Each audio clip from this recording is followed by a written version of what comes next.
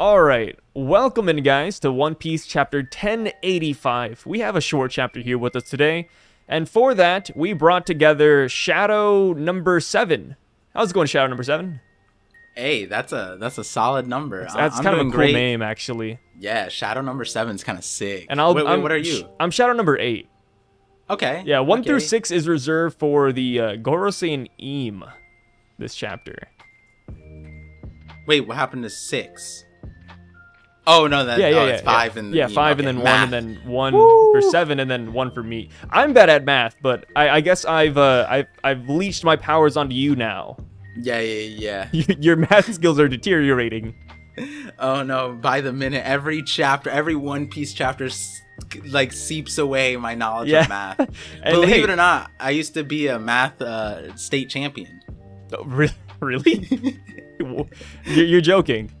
No, I was a mathlete. Do you wow, I didn't know that about you. Wait, I gotta know now. Like, is that something you brag about, like in your personal life? Like for example, if you go to a bar, would you pick up a girl with that? That would be, you know, I feel like could it'd be pull meta. it off. I could pull it off. That'd be kind of. But you know, my teachers and the principal did.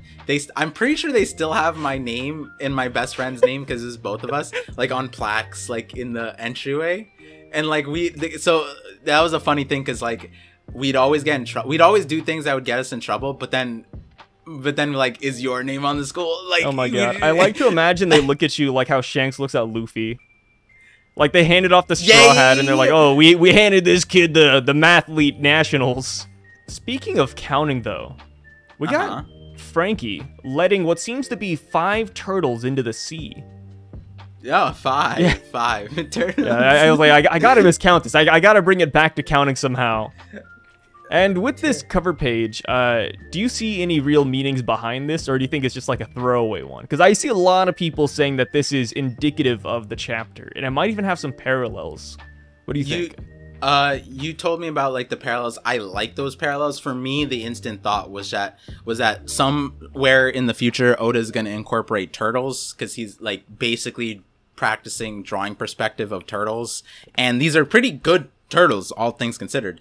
And I love I just love how ridiculous we sound sometimes, because like because we'll look at cover pages that could mean absolutely jack, right? Like you gotta admit, we look at this, we see turtles, we hear that it's requested by Mount Apple, and then we're like, but let me tell you, turtles could make a comeback soon. Like, buy the turtle stock. We sound like Wall Street Bets a little bit. I love it. Hey.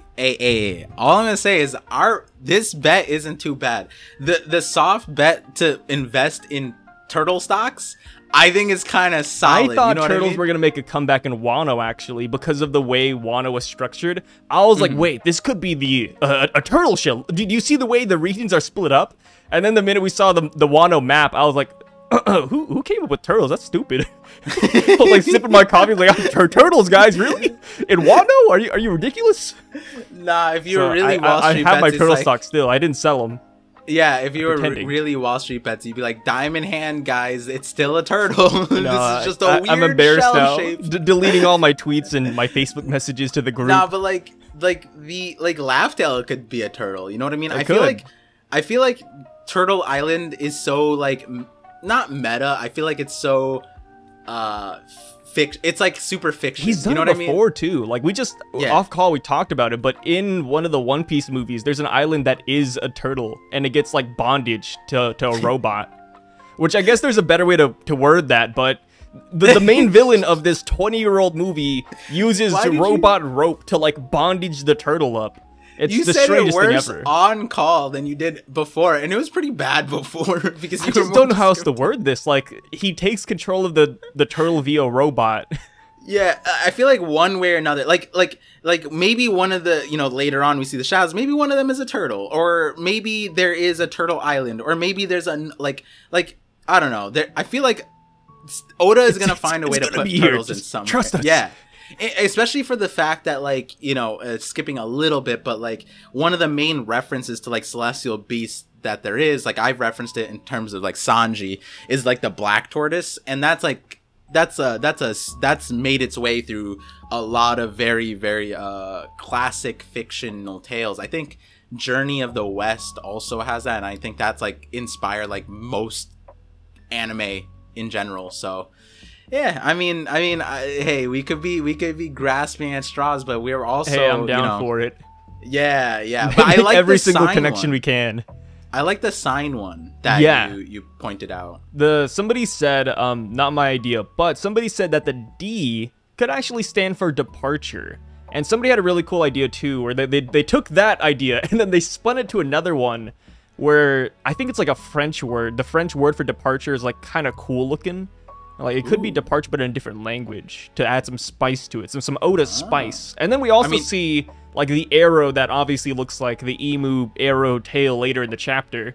So there's some interesting things with this cover page, and not to mention they're going into the sea. So I mean, there's a lot of weird things we could extrapolate from this cover page.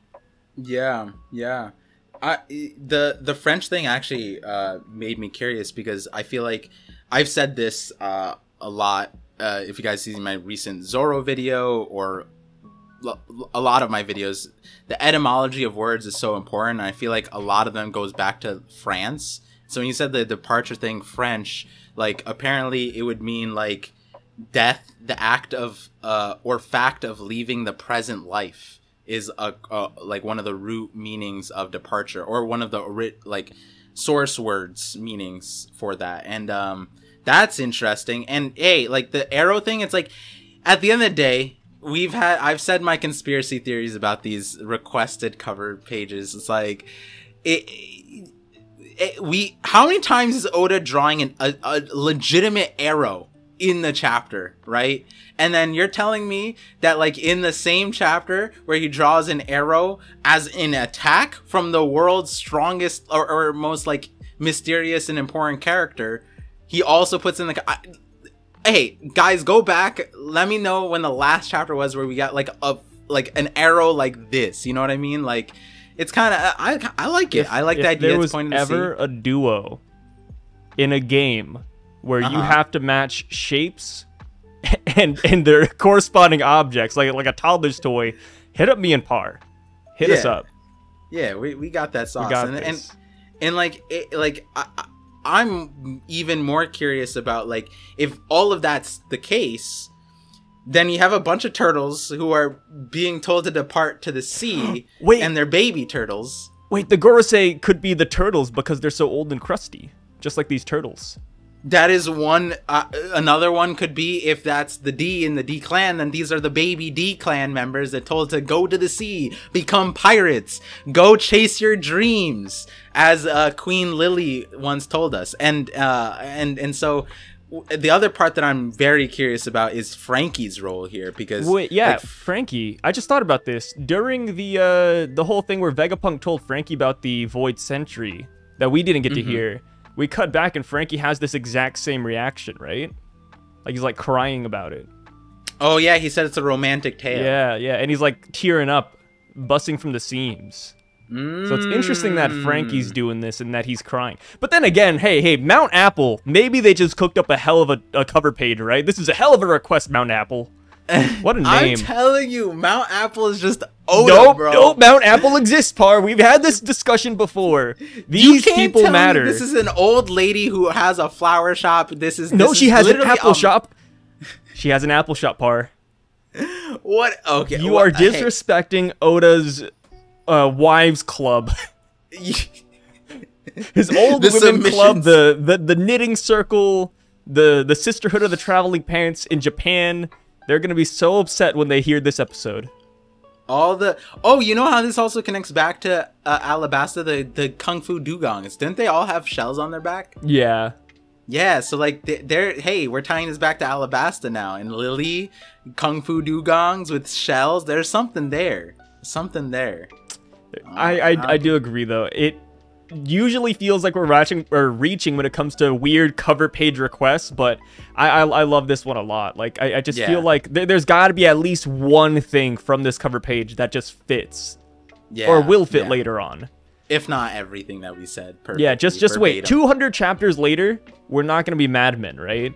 Like, that's usually how it is. Like, we'll go back like 300-400 chapters and be like, guys, check this out, check this out. Yeah. And that's simply because One Piece is so long. Like, you can always go back and find like a hint or a foreshadowing point. And we're gonna sound crazy because like we remember this conversation, but then when we bring it up in 200 chapters and we bring it up without context, everyone else is like, they lost it. And like, but we remembered the conversation, right? And then they're gonna think we're mad. We'll have the memories of the D.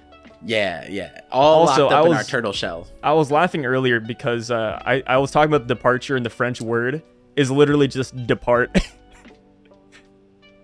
But with a cool accent up top. So I'm probably like, you know, not giving it its due diligence, but I thought that was kind of funny. Something. I was expecting something completely different.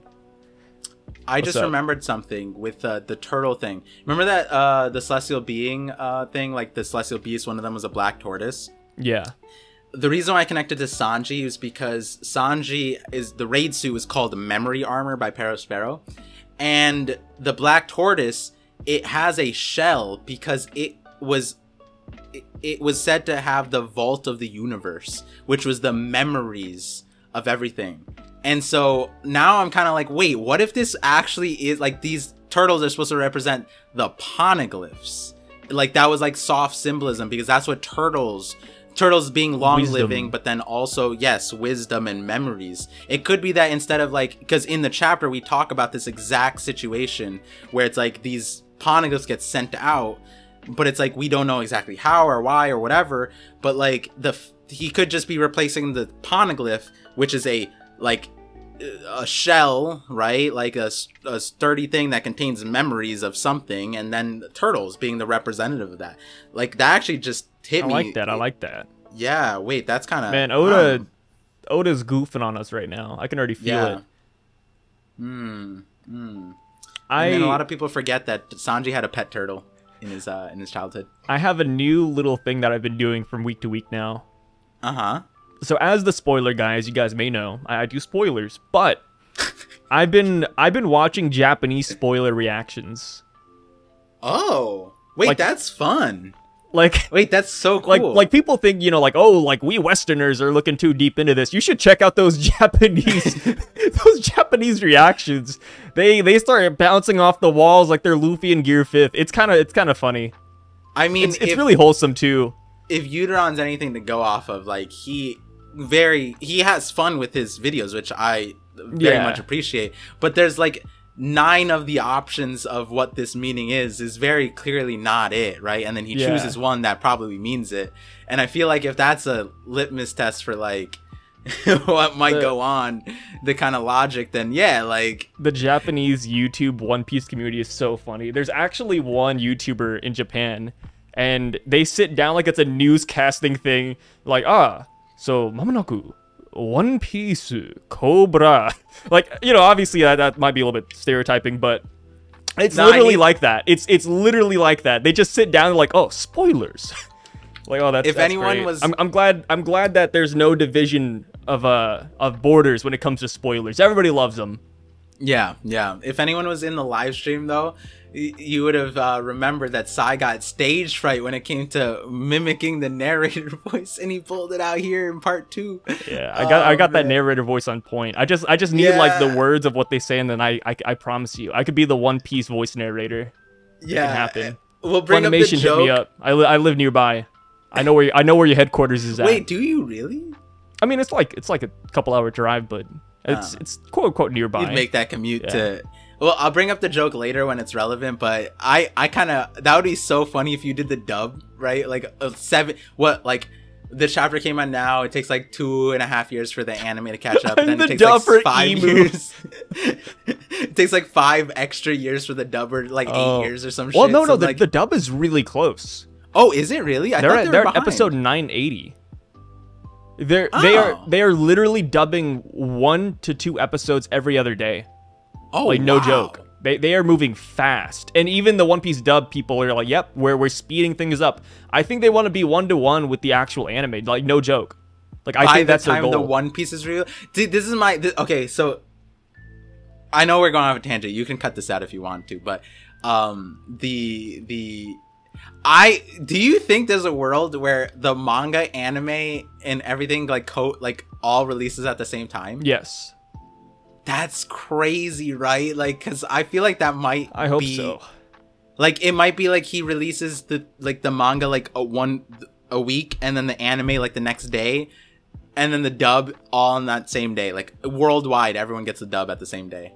I think that would be beautiful. I mean, it would make the most sense, right? Like, it's not like a hard thing to do necessarily. Yeah, they just need like slight plan, like the bare minimum of planning. Oda saying, "Hey, this day," and then they're like, "Oh, cool," and then they all just collaborate, and then that's it. Like, it's not like a monumental feat per se. They just need to catch up, which they've been doing for like the past couple years. So. Yeah, and I mean, need to catching up is really just undoing the mistakes that they themselves caused. Yeah, or like get 1 hour episodes. That'd be kind of cracked. That'd be cracked. Yeah, that'd be kind of sick. Or do like the slideshow route. Do what another tangent. Do what Promise Neverland. Promise Neverland. Yeah. Do Promise end. Neverland season 2 and just skip through Wano. Instead of showing this Gear 5, we don't want Gear 5. Just say, "Hey, by the way, Luffy used a new ability and he beat Kaido," and then we skip to Egghead Island, That'd be kind of crazy. Yeah, like you guys wanted retro animations, well, we'll hit you with the most retro slideshows. PowerPoint. Yes. Yo, Promise Neverland. Whew, that went down the gutter. Jaw. At the end of that, my jaw dropped. I didn't know about the manga, but the moment the slideshow manga wasn't started, that good, to be honest. And I believe that. But the moment the slideshow started in the anime, because that is one of the first ones I got my wife on, because I figured that's a good like gateway thing. And so the first season had her sunk in, right? She was hyped for the second season before I was. And she's like, oh, it's coming out. It's like, how do you even know? Like, where are you? And she's like, I heard on Instagram. I'm like, whatever. Oh, fine, man. we'll watch it. Out of all animes to get your wife in on, I like to imagine she had divorce papers ready afterwards. He recommended this garbage. I'm signing this out. Because when the slideshow started, my jaw dropped because I knew exactly what was happening, and I was like, no. And then characters just come back in the span of like a whole episode, like, I've been gone for many years. Yeah, she's like, what is happening? And then she hit me with like a question that made me rethink like life a little bit. But like, she's just like, do all animes do this? And I was like, no. and then you should be like, well, babe, let me tell you about One Piece and how they're gonna do that very soon with Gear 5. They're gonna skip over it. God, when she asked me that, I was like, I felt like all the work I had to get her into anime was just like destroyed in seconds. And I was like, no, this is not normal. They don't normally end with slideshows. Never watch Promise Neverland. The manga is like just watch the first season and just know that there's no second season. And if you do the manga, just know it's a solid 4 out of 10. It's not bad, it's not good. So we could just insert this into the 50-50 if we wanted. No, we'll keep it here. It's anime related. We didn't stay on it too long, but you know who is staying too long in this corporeal realm? Cobra. Dude, no. I've been doing the live streams, and the amount of people that just meme on Cobra, it's insane. And it's a good laugh, but man, Cobra, he's out of his league here. He could not have expected this turn of events. He came for a simple conversation about the Will of D, Queen Lily, and now he has the king or queen of the world talking down to him. The Cobra's spot here is so funny because like a minor thing was just like the Gore Sabers. They were ready the entire time, and he was just like, oh, I guess I can't live anymore. And then they're like, no, you couldn't live, especially when you saw this. And I'm like, you had no intentions of keeping him alive, period. Why is this a premise of the conversation? You know what's the like, best Cobra part? should be sitting here, it's like, I should have known I wheeled into my death, right? Like, I rolled into my grave. Like, some shit like that. That would have been more appropriate here. It's a highway straight to hell, as one might say. Bro, yeah, where is Chaka and Pell? Somebody commented this on the video, and I was like, wait. All of this is happening. Chaka and Pell are maybe 10, 20 feet away. The next room. These are like a soundproof wall or soundproof door. Something's going on here because Chaka and Pell do not make an appearance. I didn't think about that. Yeah, they should have been like going towards Vivi according to what Cobra said. At least near Vivi, or checking on her. And I'm like, man, like, these guys are useless. And here's the thing. People are like, oh, you know, Pell was kept alive. He's probably going to do something huge. Bro, Pell ain't even here. Where is he? Huh? Yeah, like, the thing that would have made the most sense, right? Because, like, Vivi, spoilers for the end of the chapter, is she's tied up by CP0. I'm going to still call him CP9, because who's, I don't know, whatever. But, like, they're with her. So, like, they missed call, right? Like they couldn't connect. But like you know what, like if I'm looking for, hey, the person I'm supposed to protect, I would kind of like ask around and like, hey, maybe ask her friends, like ask the guards she was with, like why aren't they with like Rebecca or Shirahoshi. They're Sai, all in the Shirahoshi. courtyard, but for some reason, Vivi decided to walk into a random hallway with Rob Lucci, of all people. There's so many things that I'm like, okay, a little bit goofy, but personally, it doesn't like destroy the chapter or like any logical things. It's not like a fallacy. I just look at it and I'm like, I scratch my chin and I'm like, huh, that's kind of funny. Yeah, like, I feel like cool. Because like when you hopped on the live stream, the first thing we did was memed on a certain progression here. Yeah. But like for me, I feel like this is like you have to this like Oda could be cooking. It could be the tastiest meal. Chaka and Pell are stealing the ancient weapon of Marie's Wall right now. Chaka and Pell are getting rubbings of the rope poneglyphs. They will be back in a minute, and they'll be back with the Force. They're going to defeat Imu, believe it or not. Like, I can trust that, right? And this chapter, great. 10, 11, 12 out of 10, whatever it is. But I feel like you can't knock that there is some presentation of whatever meal Oda presented us that is just not, it doesn't look the most appetizing. But at the end of the day, it's one of those things where you took a bite and it's like, this is good. We got some good stuff going on right now. Who cares what it looks like, right? So that's kind of how I felt a little bit throughout this chapter. I gotta ask then, out of the last 100 chapters, is this one of your tops?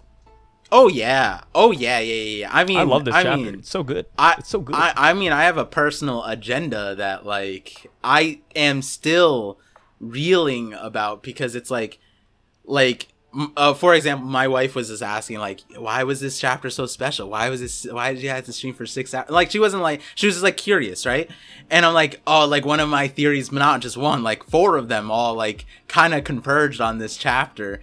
And it's just weird because like the first video was over a year old, by like it came out May 4th, and I had that video like way earlier, but it's an hour long, so back in the day it took a lot longer to make videos. But so like to feel that like crazy theory that at the time it's like, ooh, that sounds cool, and like a lot of people liked what it sounded like, and then for parts of it, some of the main points of that theory to be resounded in this, like the beginning, even in the beginning parts of the chapter, it's like, damn, this is cool. And so like there's that part that's like subjective that I really like this chapter, but then the objective part is like, bro, the Gorosei, like, I just this love is what that, we're dude. waiting for. Yeah, these are the final. I mean, we're all assuming that these are like the final villains, right? We look at Blackbeard and we're like, okay, big villains, we're gonna have to fight them eventually, but we already knew what they look like. We already knew what their powers kind of were,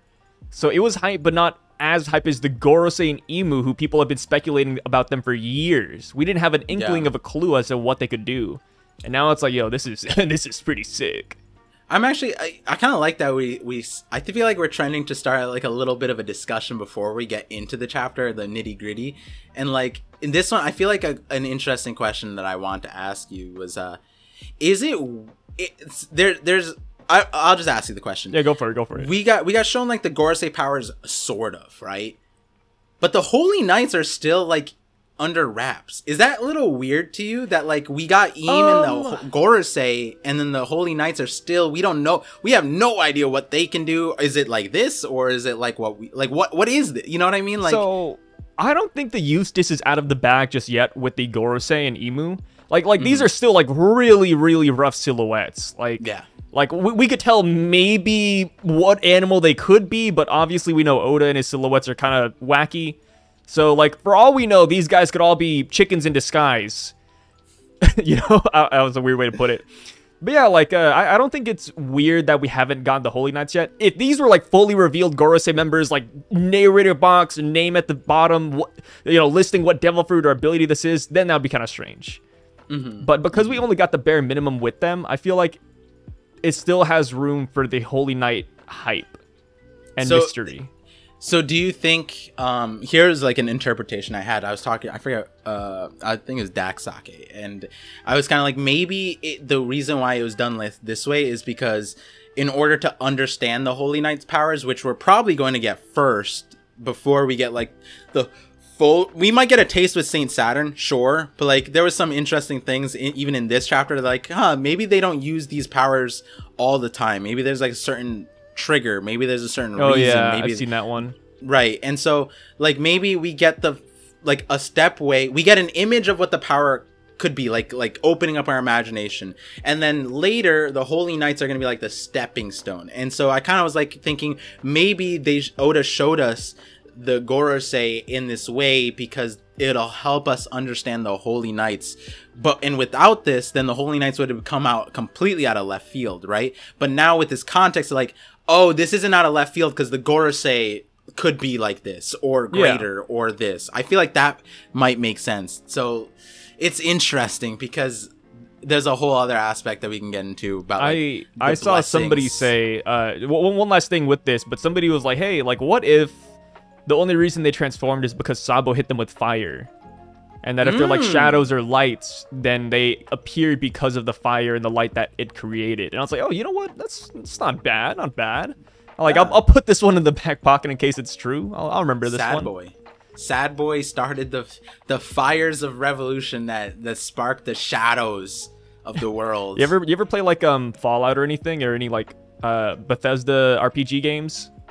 I think I played some Fallout at my friend's house. Because usually whenever you make like a choice or like you do something, there's a little text box that says, "Oh, X will remember this later."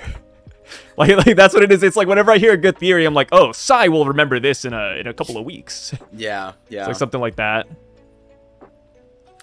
You got a big back pocket for some of my theories.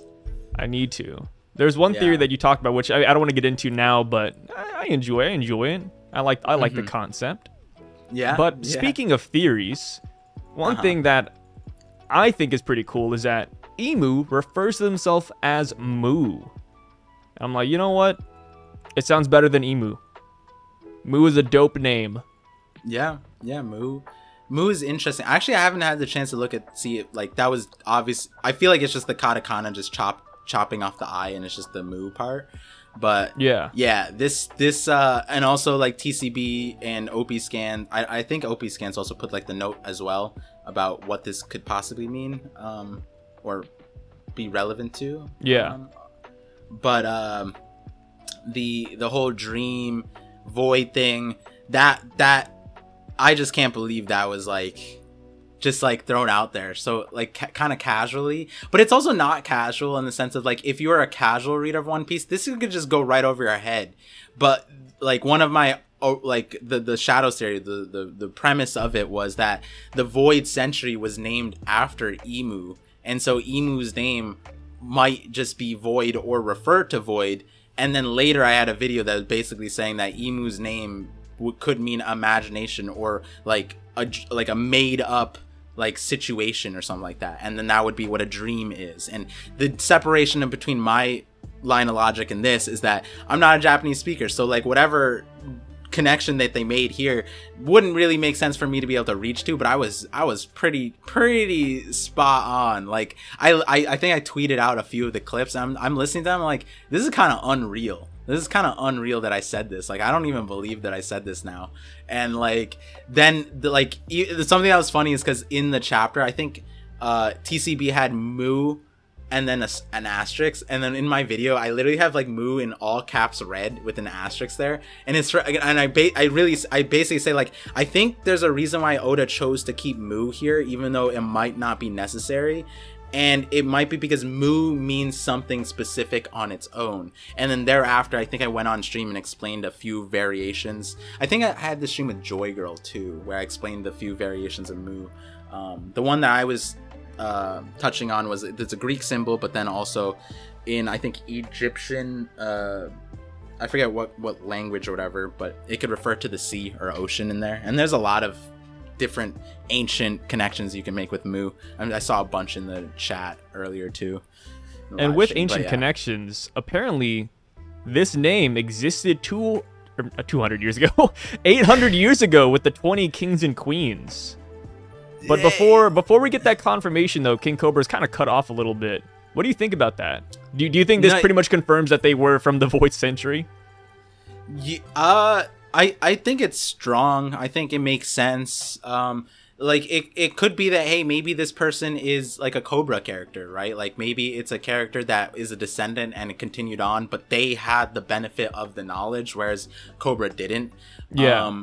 It could just be the same exact person. I'm leaning more towards it is the same exact person, given like the powers, like a huge contingency on most of my elemental hockey stuff, the shadow stuff, all that stuff, is that these powers are accessible to people who like have a long lifespan, and so being immortal would probably help here, or being long living would probably help here, and so or unaging, not aging, that's a different version of the same thing, I guess. But when you said the 200 years ago thing, that is one of the main time points where I'm thinking, like, is it possible that this is the place? Because like I've been no secret, like this isn't a secret. I've been scoping Saint Bliss, whichever way you want to call it, for ever, trying to figure out what this could connect to, especially when we got the legendary Iron Giant. It just came back ever since the Nolan video,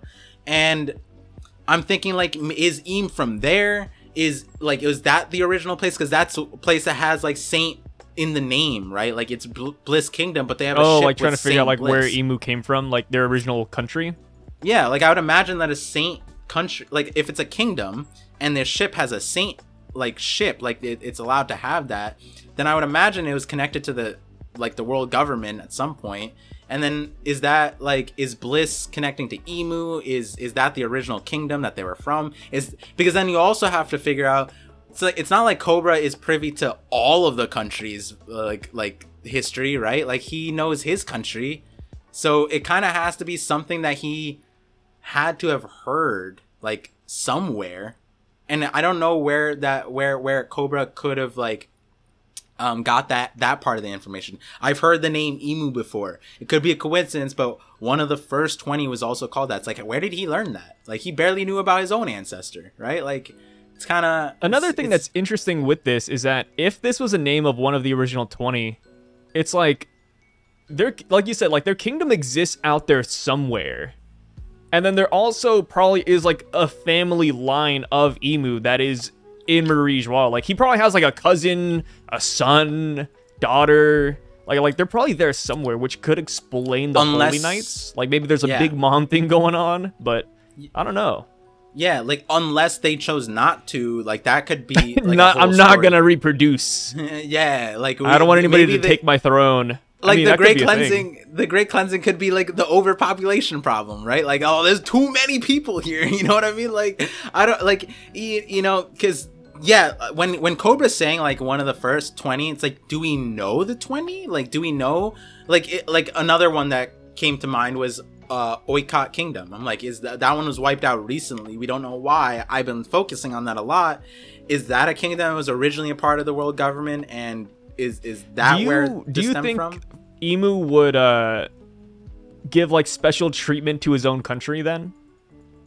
I don't know because like wasn't the point like to leave? Like technically the Don Quixote family, they don't care about Dressrosa, right? Well, yeah, that's true. Only Doflamingo, but everybody else doesn't, right? So it's like but the original people, did they care? Maybe. Did Lily left and didn't go back to her country, and she had her own prerogative, right? So like I would imagine that the other 19 had their own prerogative as well as to why they couldn't go back and why they stopped caring, because that's another huge point too. It's like, imagine like no shot, right? Like imagine if I'm the king of Hawaii, right? Like I own everything, and like I'm the king of the Samoans.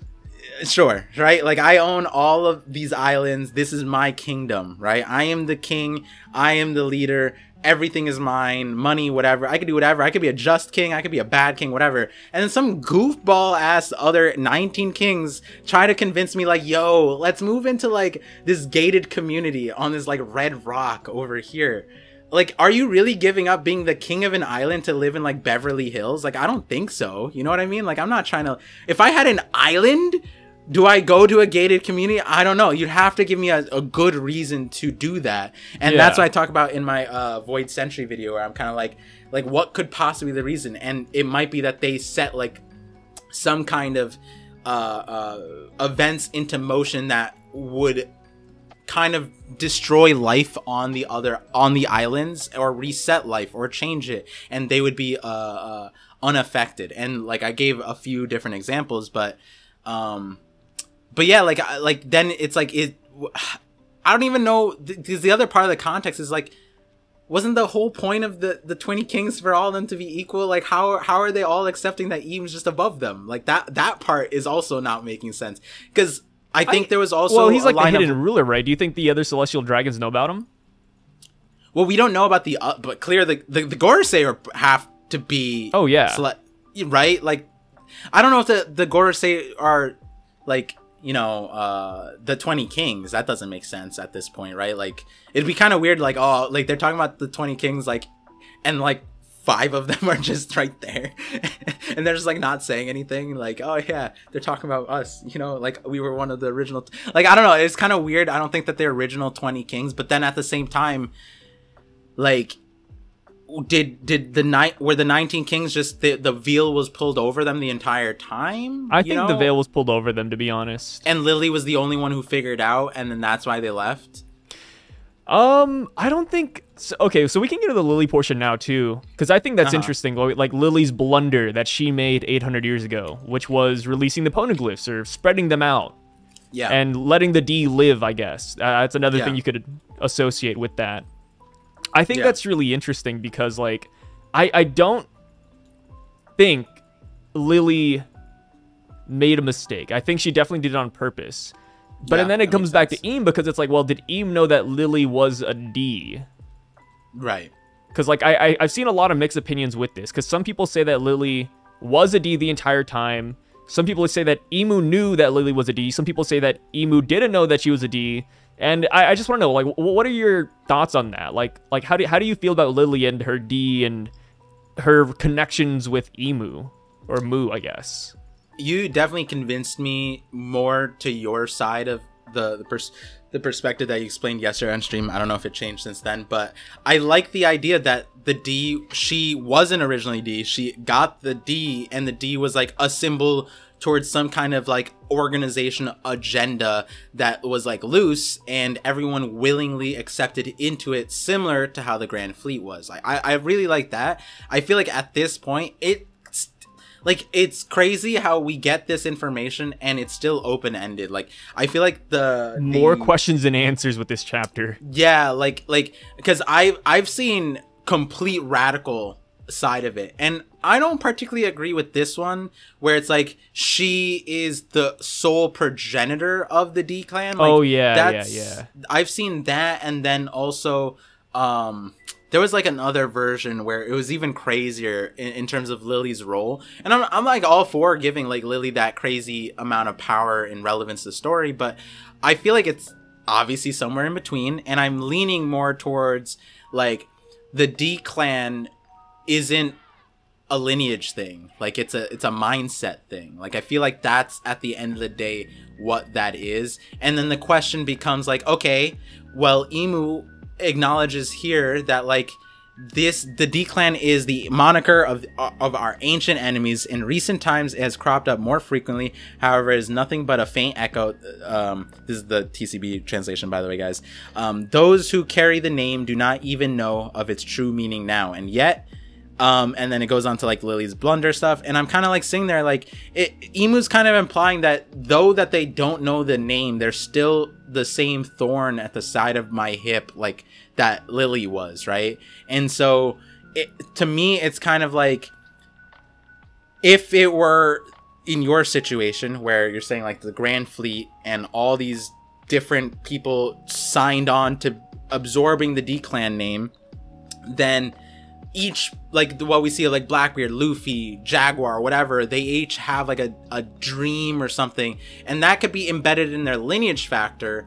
And the D thing, like the mindset, that could be embedded in their lineage factor, but the original decision to like act this way, like that doesn't necessarily need to be lineage. And I feel like that could be like a core thematic that like Oda's going about, like even if your lineage is flawed or bad or whatever, you have like the individual choice to like change course, as long as like if you're chasing like a dream or something like that. And that could go back to like the Kurozumi thing, right? Like the Kurozumi were always seen as villains, and like Orochi kind of fit that role. He's like, I'm gonna make this place burn. He could have chose to be a good person too, right? Like he could have heard that story and like, you know what, like I'm gonna try and live myself in an opposite way rather than fit this role that Higurashi's putting me into, right? And there's a lot of nuance to that. And so I'm right now, I'm liking the sad boy route where just like Ace and Luffy just kind of were like, yeah, just put the D in your name, bro, and then yeah, no like, big deal, buddy. Yeah, I feel like anybody could be we a all D-Clan. do it here. It's just a mindset, and that could be like what Oda like a huge sentiment at the end of the story. It's like a lot of people are like, oh, Luffy is plot armored up, he's a D-Clan, but then the reveal is like, no, these people just chose to be a D-Clan, you know? Like I guess that was just... another way to look at it too is that there's not good Ds out there. Like, remember what Whitebeard said about Blackbeard when he was like, oh, like you're not the D that Roger's waiting for. Yeah. Like yeah, Luffy yeah. has the good D, you're the bad D. Like Yeah. kind of like that. It's like, oh yeah, like, Yeah. the Ds can be led astray, right? Like, Yeah. I don't know. I think it's really interesting. And Yeah, I do agree that like Lily being the progenitor of the Ds and spreading her seed around, like having a kid, dropping it off, having a kid, dropping it off. That's a really weird thing to imagine. I mean, who knows? Maybe she is like the OG Big Mom. But I don't think that's the case, considering how different some of the Ds are and the implications of just having those kids and then they eventually like meet up. I don't know. Like like Gold D Roger, Portgaz D Rouge, like they both had the D initially, right? Yeah. Because then that would kind of be like incest if they eventually just came together. Yeah, and like I think that going back to like on the Roger point, it's like, yeah, he had Ace to become the Pirate King, but look at what he did, right? Like he inspired an entire generation to also become Pirate King, right? I think that's like that's the part that we should be looking at. It's like all of these people inherited the will. They weren't his kids, but then I'd almost say Luffy's more like Roger's kid than Ace was in some ways, right? Like the goofy way that they were. Hey. Who said it? I think it was Whitebeard, right? Like, oh, that's what Roger would have done. Yeah. I think he also said like Ace, when Ace revealed that he was Roger's kid, he's just like, you're nothing like Roger. And like I was like, damn, that's kind of crazy. Kind of a crazy line to say to him. All right. Yeah. And like, so, and I think that's a huge thing where in the stream, something that a lot of people don't know is I'm making a lot of shorts now. And one of them ones was kind of focusing on the good timeline and bad timeline thing of like how Oda designs characters. You can tell kind of like when a character is following their purpose or dream or their desires based on how he draws them and or how they are, like portray themselves, if they're happy or whatever, right? And then if they're happy and like not the most visually appealing, then you can like kind of look at them and think like, hey, they might have made like a sacrifice in their life, they might have went through some trauma, so though they look like this, they're still happy, they're still doing this thing. So it's like it's a very nuanced way to design characters, and he's talked about this, like he's in the SBS he's kind of portrayed it. He said it without words in a lot of ways, but he does have an SBS where he explained it. And a lot of people are like, so what about Big Mom? And my thing was like, why do you guys think that Big Mom like chased her dreams or followed it? She's like a complete failure in all regards if you really think about it. But dang, how dare you? But like Big Mom but slander. then it dawned on me, and this is a huge thing because one of the questions that we've always had, and Oda actually told us to like look in this thing, was in Road to Laugh-Tale. He gave the concept art of Big Mom, and he gave us what Big Mom looked like technically, I guess at God Valley. Like it was like, this is concept art, and he was like, It's like, I wonder if this is a hint towards something about God Valley. And I was like, huh, that's interesting. And then I was like, wait, Big Mom wouldn't look like the current Big Mom at God Valley. She would look like young, like hot mama. You know what I mean? She'd look really good.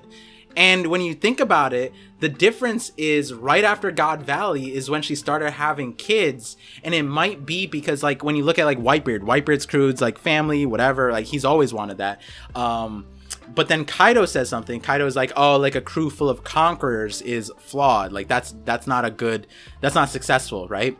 And it could be that, like, he thought of that because of God Valley's failure and Rock's side. And so Big Mom's interpretation could have been like, oh, I can't trust people, right? Because she said that about Rock. She told Kaido, don't trust Rock. He's not reliable. And so her takeaway from God Valley would be like, the only people I can really trust are family. And so what she set out after God Valley was to have all these kids to make her own crew. And that was the wrong decision. That was the wrong path, which is why she ended up looking the way she did. And so going back to, like, the Lily thing, I don't... genetics at the end of the day. It'd be crazy. We see Big Mom's mom, and she's actually just like a spitting image.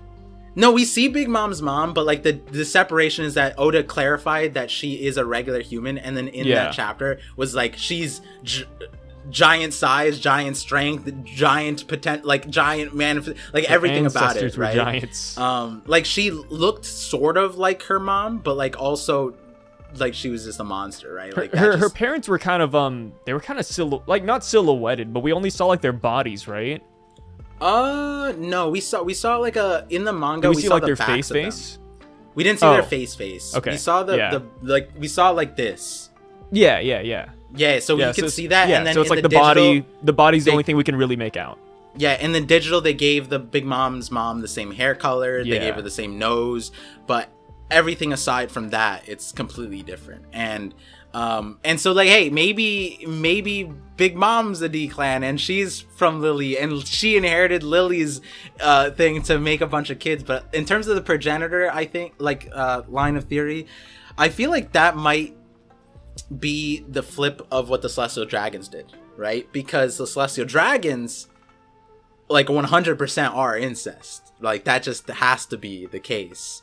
Because there's, like, after 800 years of only 20 kings, you could only have so much mixing and matching, right? Like, and whereas on the Lily side, it's like, I would imagine the D-Clan's like, that doesn't matter. It doesn't matter where you started. It's about your mindset. And that's like the hockey stuff. That's why the D-Clan all has cracked out hockey, right? Because they have that mindset in their deny. You know what I mean? I mean, I agree. Yeah. They got that will.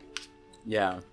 So with this though, they got more than the will too. They got these relics from the past.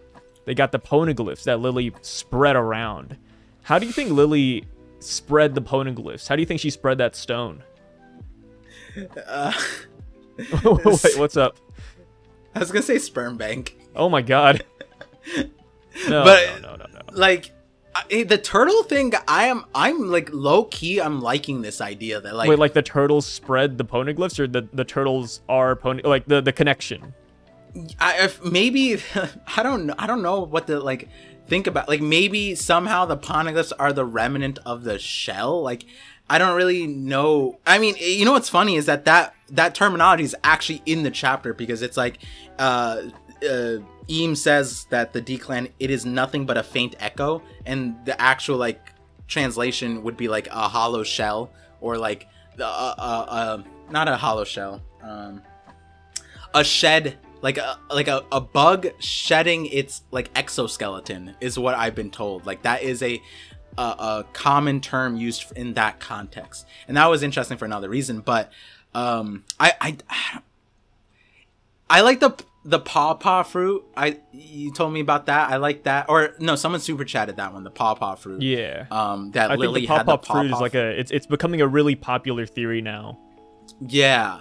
And the thing though is maybe, and I told you something off the call that don't mention it here, but like maybe Lily didn't have the pawpaw fruit, because something I was thinking about afterwards was And I'm gonna have a Kuma video. I gotta show you the thumbnail for it. It's kind of dope. But like, I've been scripting this Kuma video for a bit now, and a long time running idea is like, when Kuma sent the Straw Hats to like their places during the time skip, he has to know the places, right? Like, yeah, I feel like Kuma had to have traveled, like maybe with Dragon, and maybe Dragon knows all the places and showed Kuma, or Kuma went there on his own.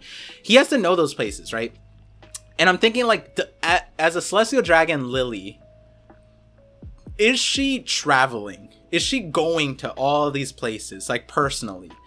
Or is there another character that sounds like they've been to a lot of places in the Void Century that would make sense as the person that would probably be that, like, the person who spread it? And I feel like Joy Boy was probably the person who like fully spread it. Whether he had the paw, like maybe he might have had some kind of like paw power or something like that, where he just like, I know all these places, I trust this place, I trust that place, and he puts it all in that place. Just like when Kuma sent everybody to their allocated place, which in most regards was kind of safe for all of them, because they were all either like, you know, Ivankov is a Rev, Dragon, right, like with except for Robin's was a little messed up on Kuma's part. I always think about that. I'm like, man, he really sent her to Tequila Wolf. Yeah, and like Oda kind of made it apparent what happened to her, and I'm like, that's Kuma.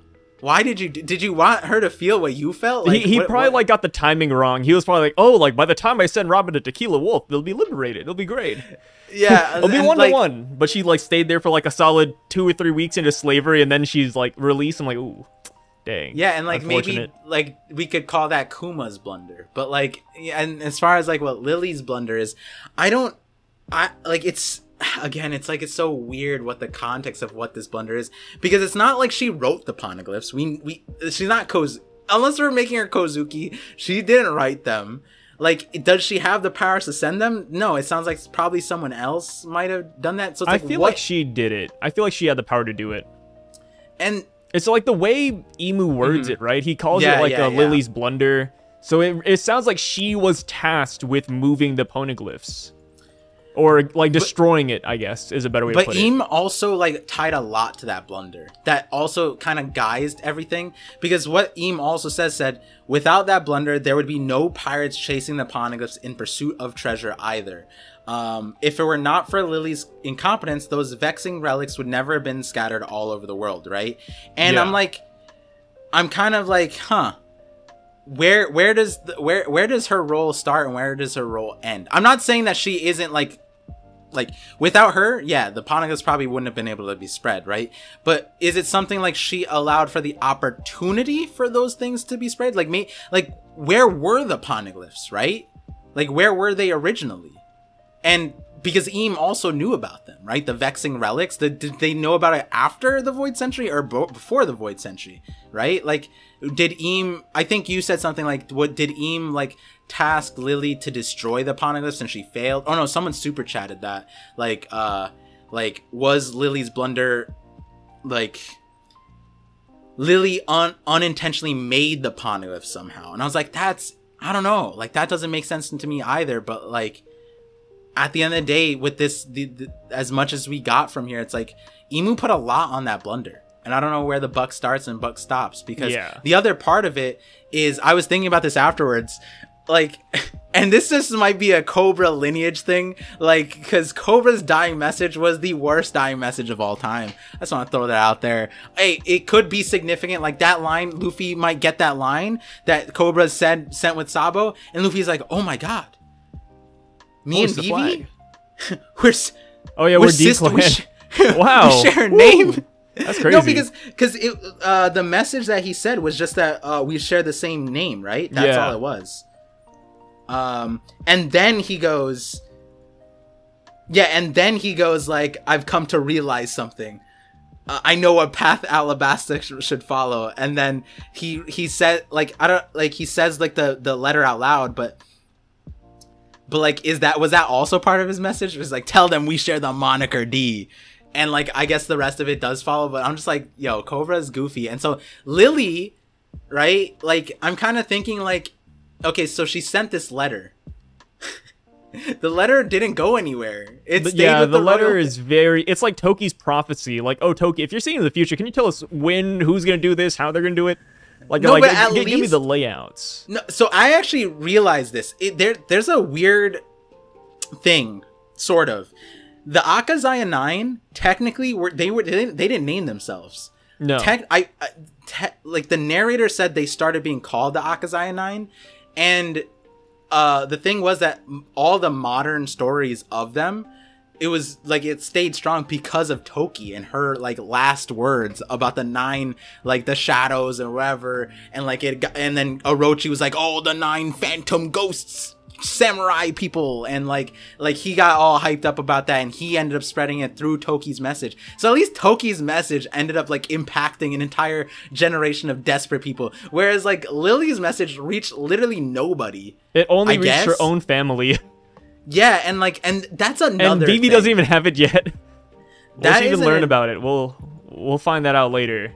Yeah, and so that's a completely other side of it on the Nefertari family, where it's like, did none of the family read the letter, or like did they throughout history do stuff? Because that's all, because there was the little brother in Alabasta. Did they just not do anything, or did they do stuff? Because if they did stuff, then could we look at points throughout the history and now tie him back to Nefertari? Because that's a whole nother side of it. And then the other side of it that does result in incest a little bit was a little interesting, kind of.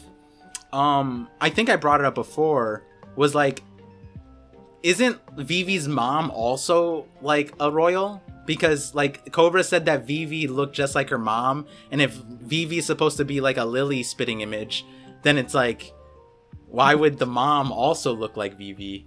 And then I think we talked about this last week too. Yeah, and like that's also weird here now. Hey, we gotta suspend reality for a minute. We gotta just roll with the punches. That's how we should have known all along that they were celestial dragons. The incest. Yeah, that's like the calling card. Wait, anybody can be a celestial dragon. You just need a sibling. Yeah. So with this though, like, so for me, like, I feel like it's pretty cut in terms of like Lily being the one who spread the poneglyphs herself. Yeah. Like I see the angle of like somebody coming in and like helping her, and she like let them do it, or that this led to it. But I really do think that she's the one who played the main role in it. Like maybe they defeated Joy Boy, all these relics were in his possession, he was going to spread it himself, but then he lost or died to Eam, or however the Void Century happened. And then Eam was like, okay guys, we gotta start cleaning up this kingdom. Lily, my most trusted, advisor with the Paw fruit or whatever, some moving ability, I want you to get rid of these because I trust you. And then Lily, maybe she reads this. Maybe she can read the ancient text. And then she said, dang, we messed up. Like we should not have killed Joy Boy. I'm going to spread this message so that it can last throughout history. And like you said, like the whole thing with like, he kind of like correlates this to like the D, for example, and like how like the will of them wanting to search for this have been like it's been scattered because of her too. I feel like that's just because of the mystery of it, right? Right. Like I don't think it's necessarily her doing anything special with the D. It's more so just like spreading the poneglyphs, spreading that mystery already encourages people to search out for the truth. Two questions. One, do you think there's a world where Emu is also like D, or like they have to know about it, right? There has to be a reason why this like line of questioning, because they insinuated that they know the truth of what that means. So like that's another interesting point, because like they said that the people who carry the D clan name now know nothing of what it means, but that would imply that they know what it means, which would also, like, if we're saying that the D was a given thing, that would mean that, like, it's not like, for example, like the Grand Fleet thing, right? If it wasn't called the Grand Fleet and we just symbolized it to the GF, right? The GF, which I actually have seen people shorthanded to SHGF. If you just saw GF, right? Luffy's GF, right? That could be spun in so many different contexts, right? You'd have to be there to kind of like know what that would mean. Oh, it's the Grand Fleet. We made the Grand Fleet and we just all went separate ways. So that's one thing that's interesting in my book with that, like this whole context. And that might be partially why I'm like, I don't know where this like the Lily part ends and stops, because the other way I'm thinking about it is like I think a lot of people, especially now, whether you've been on streams or whatever, you guys have seen like, oh, which Straw Hat is the most important, which Straw Hat is the least important, right? I think at the end of the day, most people are gonna, like, Luffy's the main character, right? Like, he's the one who's carrying the thing, doing all the stuff, beating up the people. Like, without him getting to certain islands, we wouldn't have the Poneglyphs on Wano, right? Like, they would be dead and without Luffy. But without Nami, right? Like, you could say that like Nami is allowing Luffy to do all these things. You could say that without Robin, Luffy wouldn't be able to get any of the Poneglyph stuff. And I'm kind of like, I wonder if Lily plays like a crewmate role in that regard, where it is incredibly important, but is it the main person, right? Is Nami the reason that they won the raid, for example? No, but Nami is the main reason why they are alive here. And do each one of the crewmates have the ability to make a blunder that could completely screw up the entire crew? Yeah, they each do. We've actually probably seen a version for each one of them, whether it's in a movie or it's in the canon story.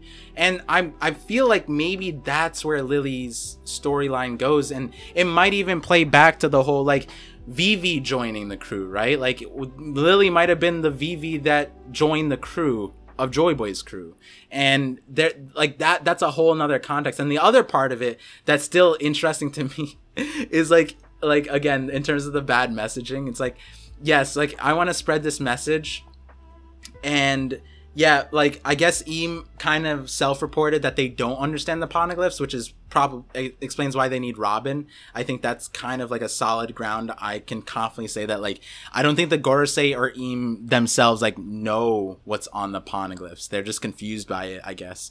And the reason why I say that, it's like, yeah, I get the point of having like a language that no one else can read, but if you're sending Poneglyphs out and then the Kozuki isolate themselves, who's receiving this message, right? Like, doesn't it kind of make sense that you are putting out this message that you are hoping the person can eventually read? But if there's no, like, if it's a secret glyph and you don't put anybody in place to decipher that glyph, then isn't that kind of an issue? And that's where I was, because like I feel like people in search of treasure would want to try and decipher it, though. They like dedicate their lives to finding out the meaning of it.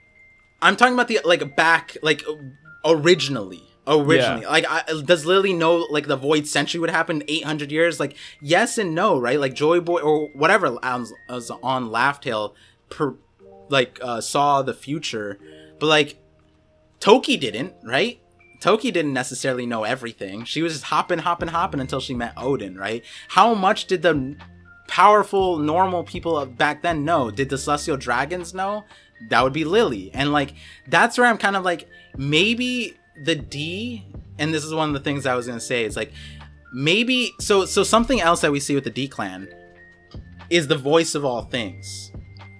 And I'm wondering if the D stands for like deciphering. Like maybe the D clan are all people who had the power to be able to read the Poneglyph, which they were the receiving people of the Poneglyphs, and that would make it like, oh, you don't need it because you can hear the stories and you can pass on the stories. And so each person who has like the voice of all things and can tap into that can hear at least a portion of it. And maybe through the history line, it got diluted to the point where like they don't know what that necessarily means. But then you get a Roger, you get a Luffy who can kind of, well, Roger's the best example because he could actually hear the Poneglyph speak to him.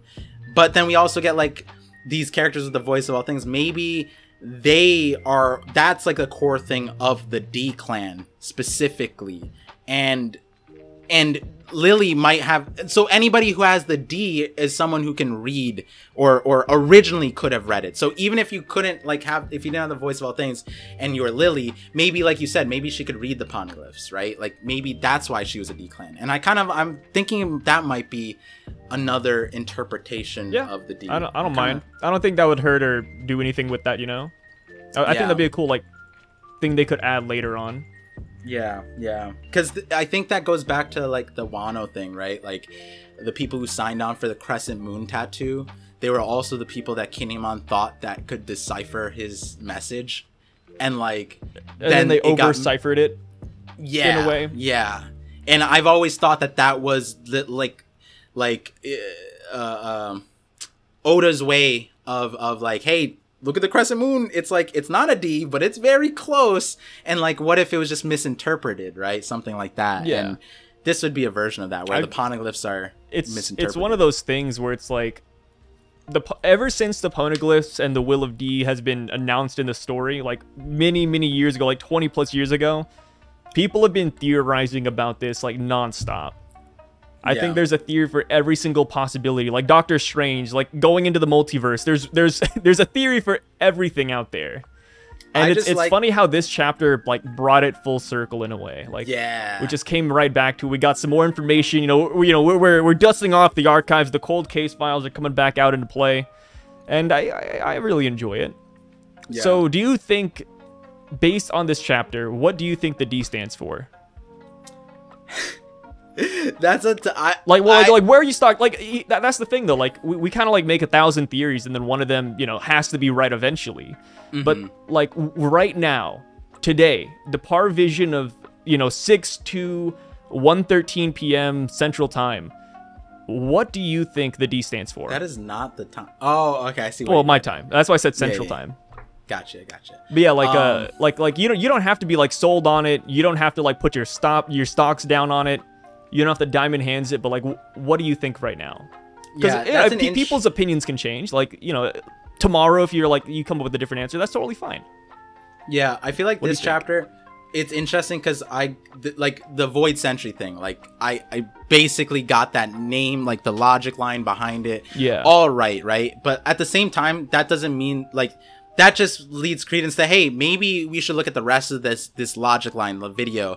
And in that logic line was like the Amatsuki Civil War stuff. And in that, I remember during that time, the main thing that I was going towards was that like the Wano families were super important. And we got like the Frost Moon and this moon and that moon. And so like the D could just be like the half moon. And I know a lot of people have thought about that. I remember like on a stream, like one of my first One Piece like live streams I did when I was testing out things, I was like, maybe it's like Hangetsu, which would mean like half moon, I believe.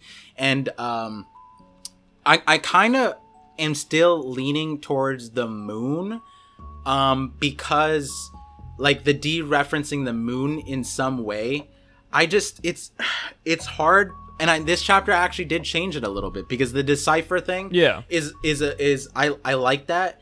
But if you guys know my moon theory about what Joy Boy Records would be, what the original punk records would be, that's how it fits in, right? Like if you tap into this, like imagine the punk records had the knowledge of reading the poneglyphs, right?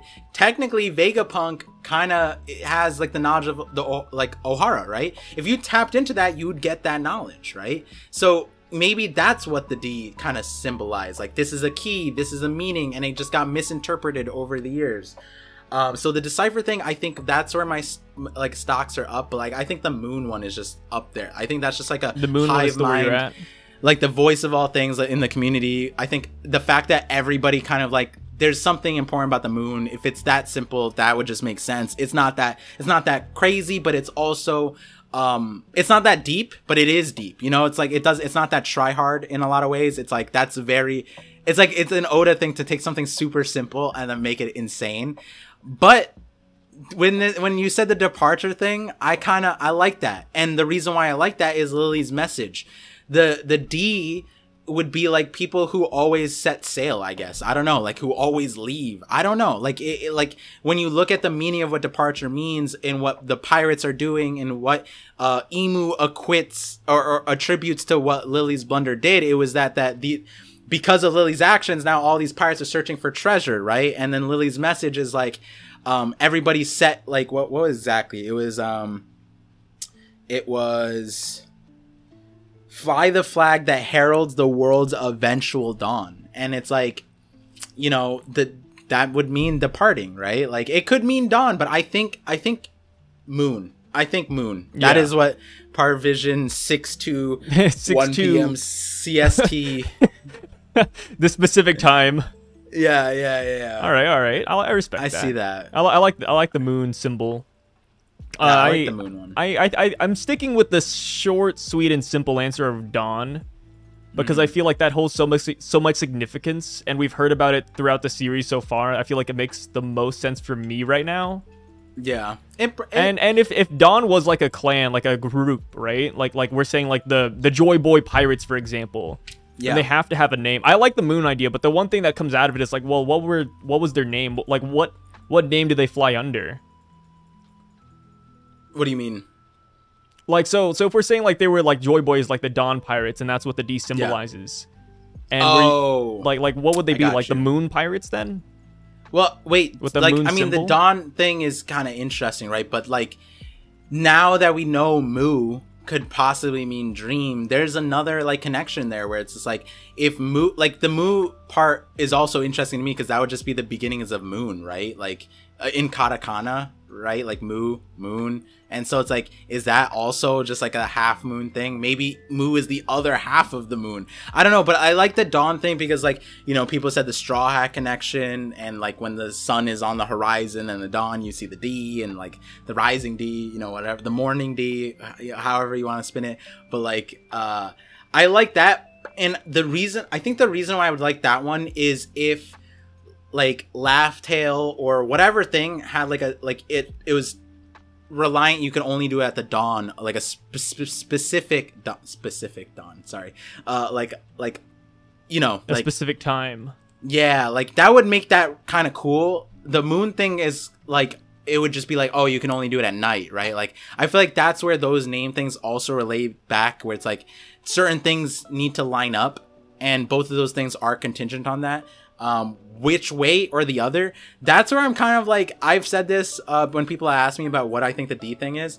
I've always said I honestly think that like Oda might have like a few options, and the reason why I say that is because like one might feel better, but like they all could possibly mean the same thing, right? He might have had like a few, like concept art, right? Like we saw with Gear 5, there was a few variations with Kaido's design. I think that D probably had a few variations. He probably has like 5 words, and they all could tie the story together. At the end of the story, he could just choose one. That's the benefit of holding back all of these ideas too, right? He can try to see like, hey, let me let the story mature on its own, and then whatever feels right. Is it desire?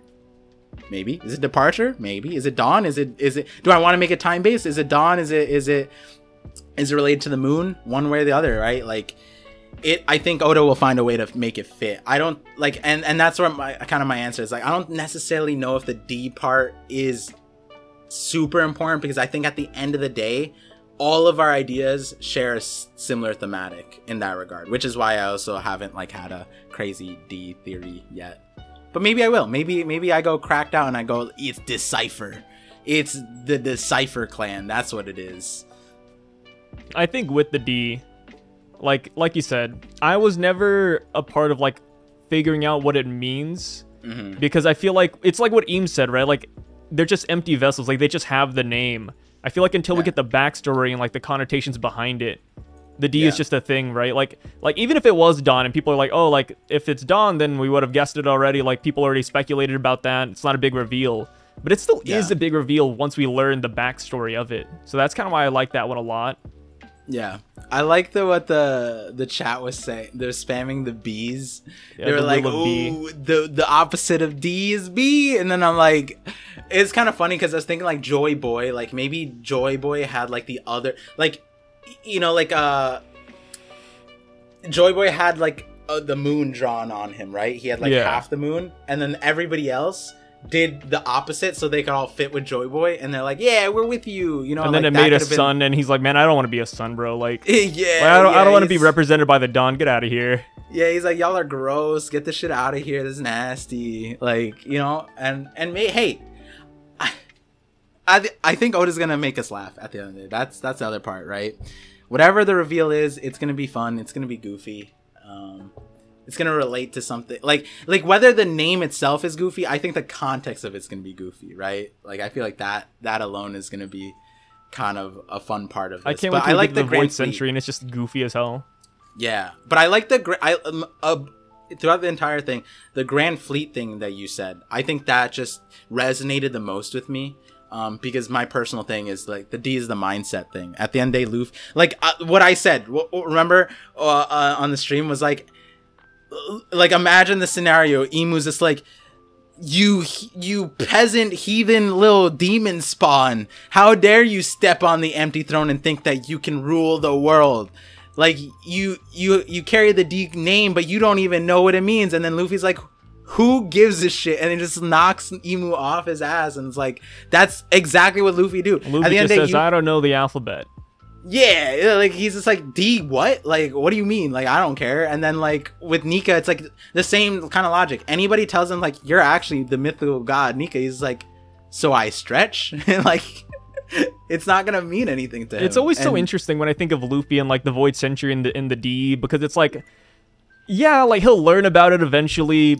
Robin will tell him, the crew will tell him, and he'll probably think, oh wow, Joy Boy's a cool guy. Yeah. But will it go further than that? Like, can you guys, or even you, Par, like, can you guys actually imagine Luffy saying, I gotta fight for Joy Boy's will? You know, like, I gotta fulfill Joy Boy's wishes before I find the One Piece. Like, I don't think that's gonna happen. I think he's just gonna do it. Like, I feel like unintentionally, or, you know, obviously it could just fall in line with like his goals, but I feel like he's just gonna accomplish it by accident, like, because it's along the way. Yeah, the only thing is, it feels like as the lead up to the Gear 5, if you look at every arc, Luffy progressively gets more involved, from like not caring, like all the way back in Kokoyashi in Arlong Park. He didn't even listen to Nami's backstory, and then you go to Fishman Island, he fell asleep during the backstory, right?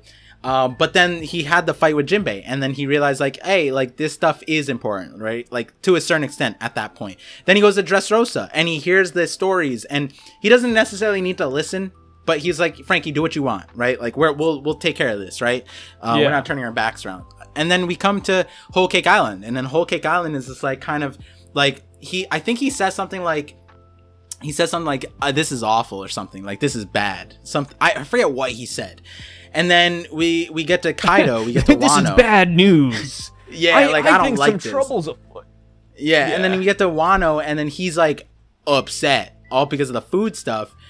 But then right when the raid starts, he actually goes like he's doing it for the samurai. Like he kind of says that in some ways, right? He tells his crew like, we're gonna help the samurai, but then in the fight with Kaido, he's actually like arguing with Kaido. Kaido's like, oh, the samurai are ass, and then he's just like, don't ever say that about my friends. Suck. They're cool. And then I'm like, and then he's just like, you know, like, how dare you starve them? Like, you know, like all this stuff. And it's like, he is kind of doing it for somebody. He's growing. He's learning.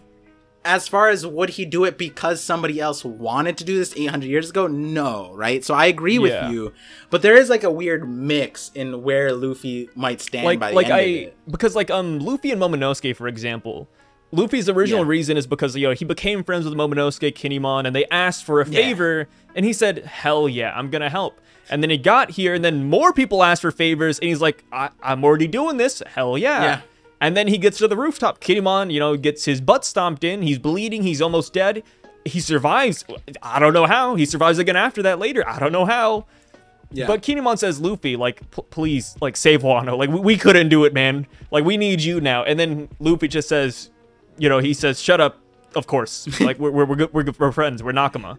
Yeah. So I can see him doing that too. But, like, with Joy Boy, it's a little bit different because, like you said, he's not alive, right? Like Luffy's not gonna, like You know, like with the ace thing, like in Dress or not Dressrosa, in Alabasta, like they shake hands, you're like, oh, good job, brother. Like I got you. It's not gonna be like that, which is the hard part. I really hope that I think we talked about it off call how One Piece games and movies, Oda has some part to play in them, and the latest thing that Oda has played a part in, minus Film Red, was One Piece Odyssey. And I don't know if you guys played One Piece Odyssey. If you haven't, don't. If you love One Piece and, you know, you don't mind spending a lot of money on a game that may or may not be good, go for it. I enjoyed it, gameplay-wise. Story-wise, woo, that was... It was kind of a dumpster fire. I'm not gonna lie. Love Oda, love One Piece. It wasn't the best. Right. But I do like the concepts that Oda put in there. And something that's in those games is revisiting memories. And I was like, well, if Luffy revisits Joy Boy's memories or the memories of the Void Century, maybe he will get to meet Joy Boy, right? Maybe he will have that moment where they both come together and shake hands, and it's like, okay, Luffy's now emotionally tied to this more so than just learning about history through a book and saying, all right, we gotta save the world, boys. Come on, crew. No, like so this goes back to my Mind Rope video where I was basically at the end of the thing. So like I was saying that telepathy would end up coming into the story, but also like the ability that we saw in Film Red between Usopp and Yasopp. Back in that video, I was saying that we're gonna get that in the story, and the people that I was thinking of at the time was like Shanks's crew, but I was also thinking about like Zoro and Zoro and the crew, Zoro, Sanji, and Luffy, right? And the reason why I was thinking that, if you remember, like one of the pivotal moments in their recent fight in the anime is they call each other on a Denden Mushi. I'm like, that's so goofy. Like, imagine being in a like a high stakes fight, and then you have to call through Denden Mushi. And I'm like, at the end of the thing, they're probably just gonna use telepathy from some, like, now we have Punk Records, and I'm like, well, now we have a scientific way to bring it out, but Luffy's demonstrated he can talk to people telepathically, right? And something that's always been interesting, and I'm at the end of that video I talk about it, was at Laugh Tale, somehow 100 years of Void Century, like a history. Imagine how much history do you learn in a history class, and how long is that semester, bro? It's so long. And yet, was Roger's crew sitting there the entire time? Did Oden just read the poneglyph, and it was just the entire 100 years, and he sat down like a fucking kindergarten like class? You know what I mean? Like, it doesn't really make sense. And the only way it would make sense is if they all just like tapped into like a Unimind kind of situation, and they were imparted this knowledge. And like, oh, why are you laughing now? I just imagine, like, what if they didn't, and it's like I mean, obviously I agree with you, but I just imagine the opposite, as if like it's one giant poneglyph. And imagine, imagine Roger starts laughing, right? He reads it, he's like, whoa, Joy Boy's funny, he starts laughing, and then you have some of his crew who are really slow readers, and they're like still reading like, and then like 10 minutes later, after everybody's done, they finally join in and like, oh, that Joy Boy's great. Like during the final scene, they're not laughing because they just don't understand it yet. No, I thought this is what you were gonna say. I thought you were gonna say it, like, because the opposite is, yes, it's a giant poneglyph that somehow contains all this information, and Oden reads it to them because they can't read it, or Oden translates them first after he reads it. One way or the other. Imagine he's not a good storyteller. So Joy Boy then said, Nani? Like he just stops for a minute. He like gets confused too. God, that'd be so cursed. What I thought you were gonna say is Roger saw the poneglyph and was like, I ain't reading that shit. That's hilarious though. Like he was like laughing. Joy Boy's message is a novel? Oh man, I'm out. Yeah, a book or reading? I didn't sail the 7 seas for this bullshit. Hey yo, I wanted to explore. What the hell is this? No, that's just, but like that is exactly the line of thinking that got me to like, no shot, it's that. It has to be they just got like tapped in, you know, and what? There's actually powers in Robin the story would be that so happy though. Robin would be clapping. She'd be oiled up. Like she'd be having the time of her life. Listen. If Oden's reading the story, nah. If Robin, I'd stay all day. What do you mean? Like a year with Robin? Oil, cool. No, but the thing is, we've seen powers escalating through the series where people are imparted memories. The first one I think was Sanji, actually. Viola just gave him the insight of her memories, and he got like 3 days of information, or like a year, like I don't know, like all of Doflamingo's plans all in his brain, like in seconds. Then with Momo got the Void Century stuff, like not necessarily the context, but he knew like Zunisha's like contract thing that, you know, comes back sort of in relevance here. But like that's another one, and I'm thinking like, damn, so that's probably what the poneglyphs are. But you know what I actually was thinking about again? The turtles thing. In all the fiction, if you remember like Avatar, the turtle is what gave the like Aang all the memories. It just kind of like tapped him, and he's like, oh, I'm enlightened now. That happens to Aang with everything in the Avatar, though. Like he'll look at like a toy, and then he'll have like a 5,000 year flashback, like, oh my goodness.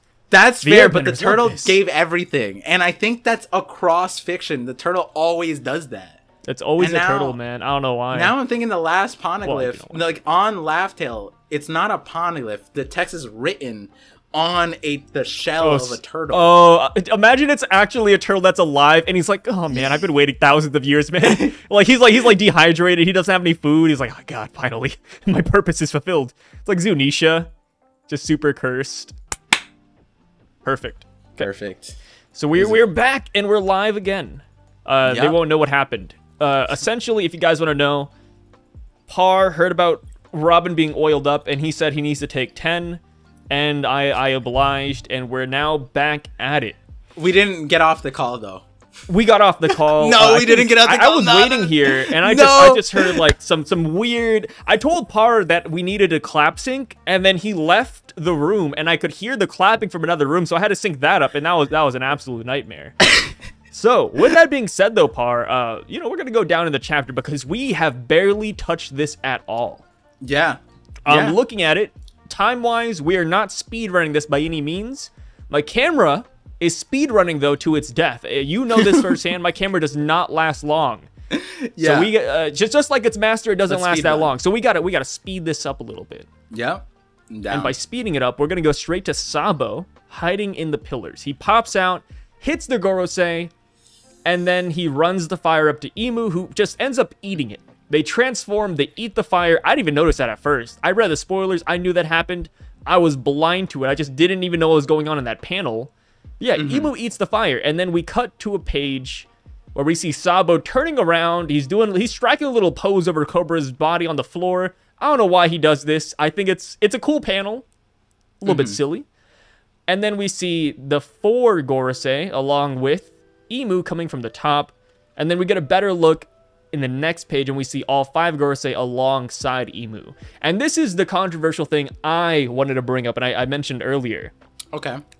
In this page, I didn't realize that this was a take until way later, but in the first page we see the silhouettes. People actually think the one coming down from the throne is another Gorosei member. I could see why, because that's what I thought originally. But you're not of that mindset though, right? No, because then in the next panel you see the 5 there, and when you look at it in the thing, you can see the 5th one actually there. Like if you look in between, he's like bent over, right? Yeah, he's just like, you don't see the top of him. Like Par. Oh, thank you. I was coming into this chapter, and I heard people trying to convince me that the one up top is like a Gorosei member. Yeah, and I was just sweating. I was like, oh my god, I hope Par doesn't believe this. No, I hope Par doesn't have the same mindset. It also wouldn't make sense because like again, I can see why people initially I could thought see that, why. I could see why. But once you look, like, it wouldn't make sense for one of them to just all of a sudden be where Eam was, and then for Eam to actually turn into something that looks like that. And then in the very next panel, you see behind the 5 Gorosei the monster thing that was like the eyes, it's a shadow thing, but it's like, so that creature is positioned there the entire time. And then you go back to the first page, and then you actually look at the white outlines, and there's actually one that's just on the floor that's like slowly rising, and it's like, oh, okay, that's where he was. Yeah. All right. Thank you. I was honestly mortified. I was like, oh, I hope Par.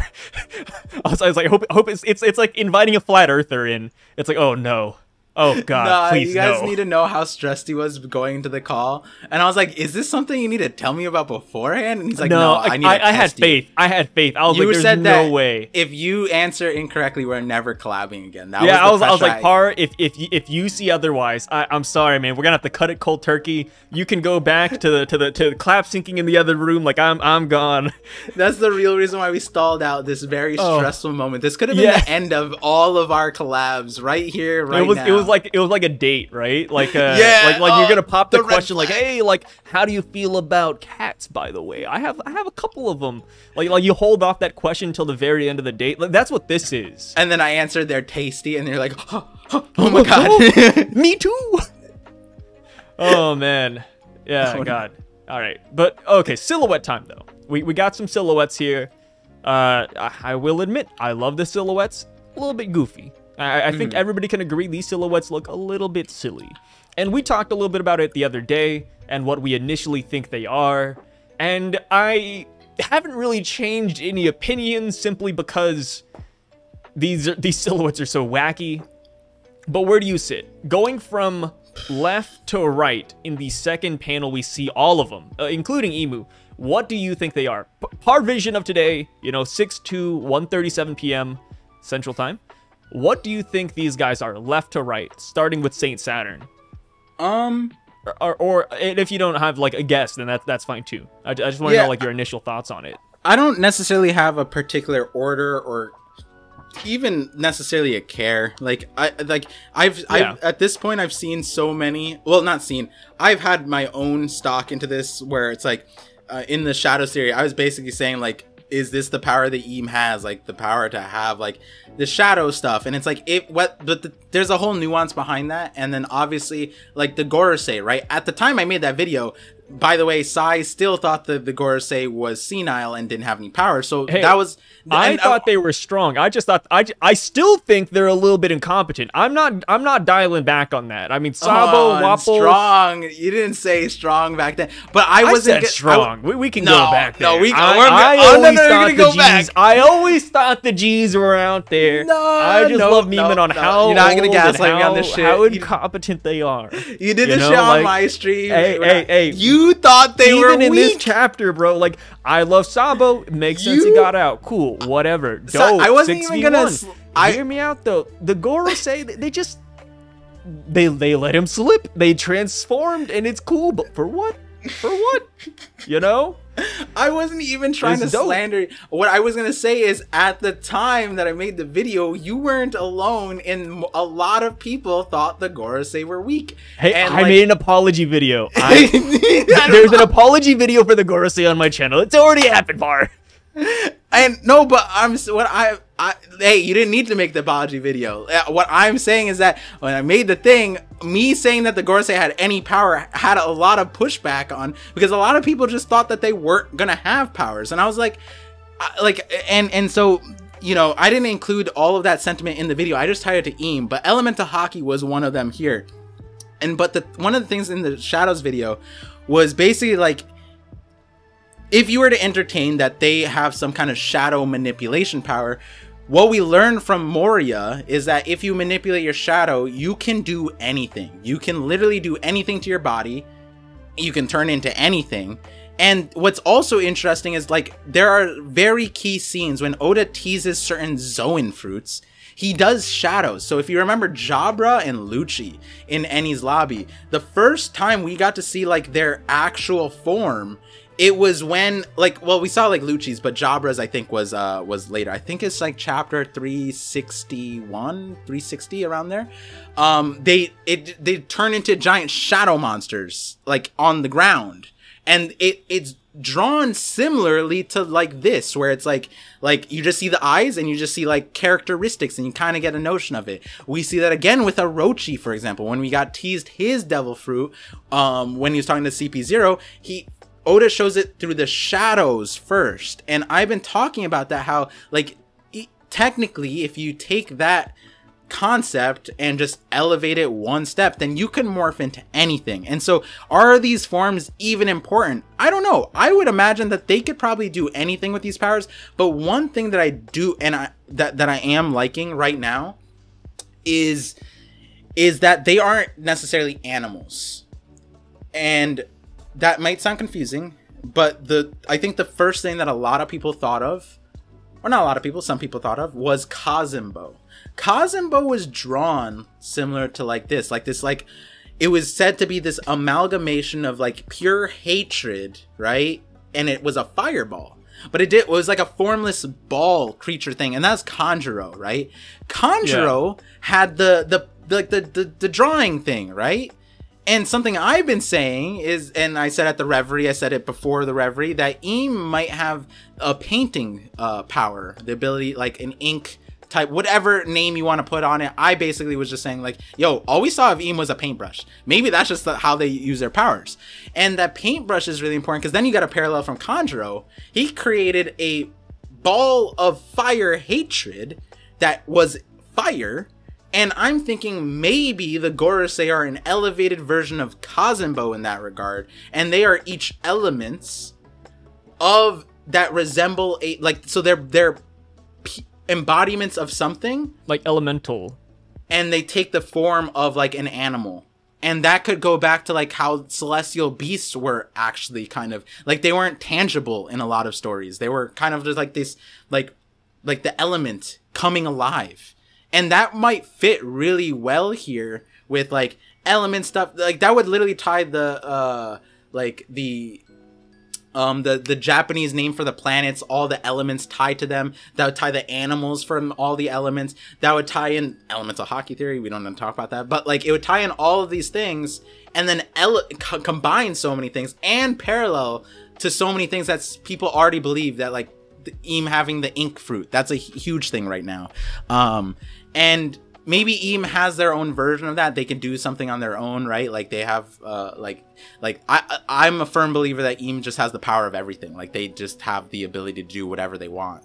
And maybe it's through shadow manipulation, maybe it's not, but that's kind of where I'm sitting at with these things. They might have like pure forms. Like I like the elephant idea. Like you said, warthog. I think the guy on the right kind of looks like an elephant. Could be a warthog. That one's definitely like, looks like the Kozuki bird, but it's just, you know, like a vermilion bird. it looks like any bird known to mankind. Yeah, it looks like that. It also looks like it's one of the Sea Kings. Like, you know, I did like, it was on during the stream. Someone said it looked like the praying mantis, I think. Yeah, somebody said the Gandhi Gorosei, which I love how the whole community for the longest time just came to the conclusion of calling the bald one with the sword the Gandhi Gorosei. Yeah, but I've been trying to change it. It's too hard. I gave in. I try to change the mindset. I start calling him the Wano Samurai, like the lost wandering Wano Samurai. I've been calling him Amatsuki Zero. I thought that was such a sick name, but like on TikTok they call him Philip because there's one creator that just called him Philip, and now that's stuck. I like Philip. On TikTok it's Philip. On YouTube it's Gandhi. And then I've been trying to do Amatsuki Zero, but clearly the community is way too strong. Amatsuki Zero is a little bit too. It's got to roll off the tongue, you know? Yeah, it's too try hard. I'll admit that. But I needed the Amatsuki it has to be a little bit goofy. Like, I think the Gandhi one, like, we put the respect on Gandhi. Yeah. And then it's also, like, everybody knows Gandhi. Like, the Amatsuki thing, like, you'll catch some people Gandhi and then they're like, huh. Yeah.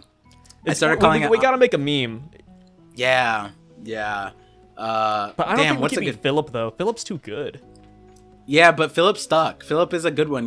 I tried Gandhi on TikTok a few times. They're like, "You mean Philip?" And I'm like, "God damn it!" Yeah, no, Philip is so solid. I don't think we could beat Philip.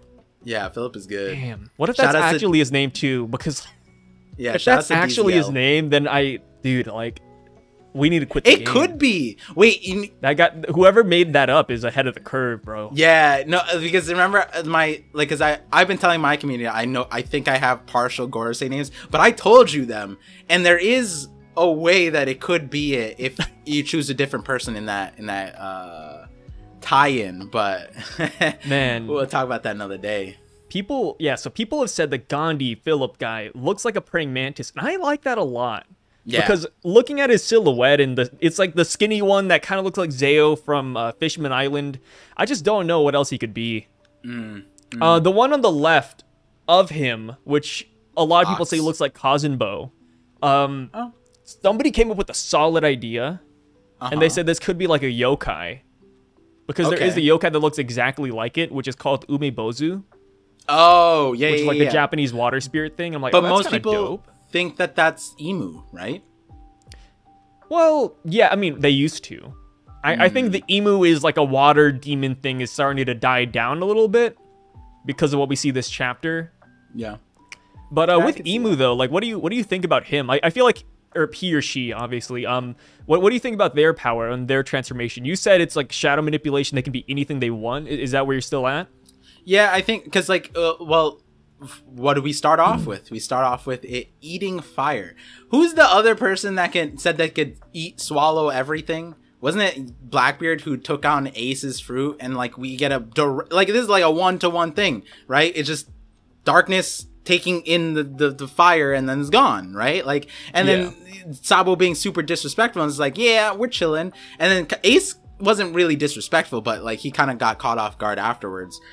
So I kind of like one way or the other, it's tied to darkness. I think it's tied to darkness, and the shadows part lines up perfectly with that. Where if you see my recent Blackbeard video, if you saw the shadows theory, you can see the connection points.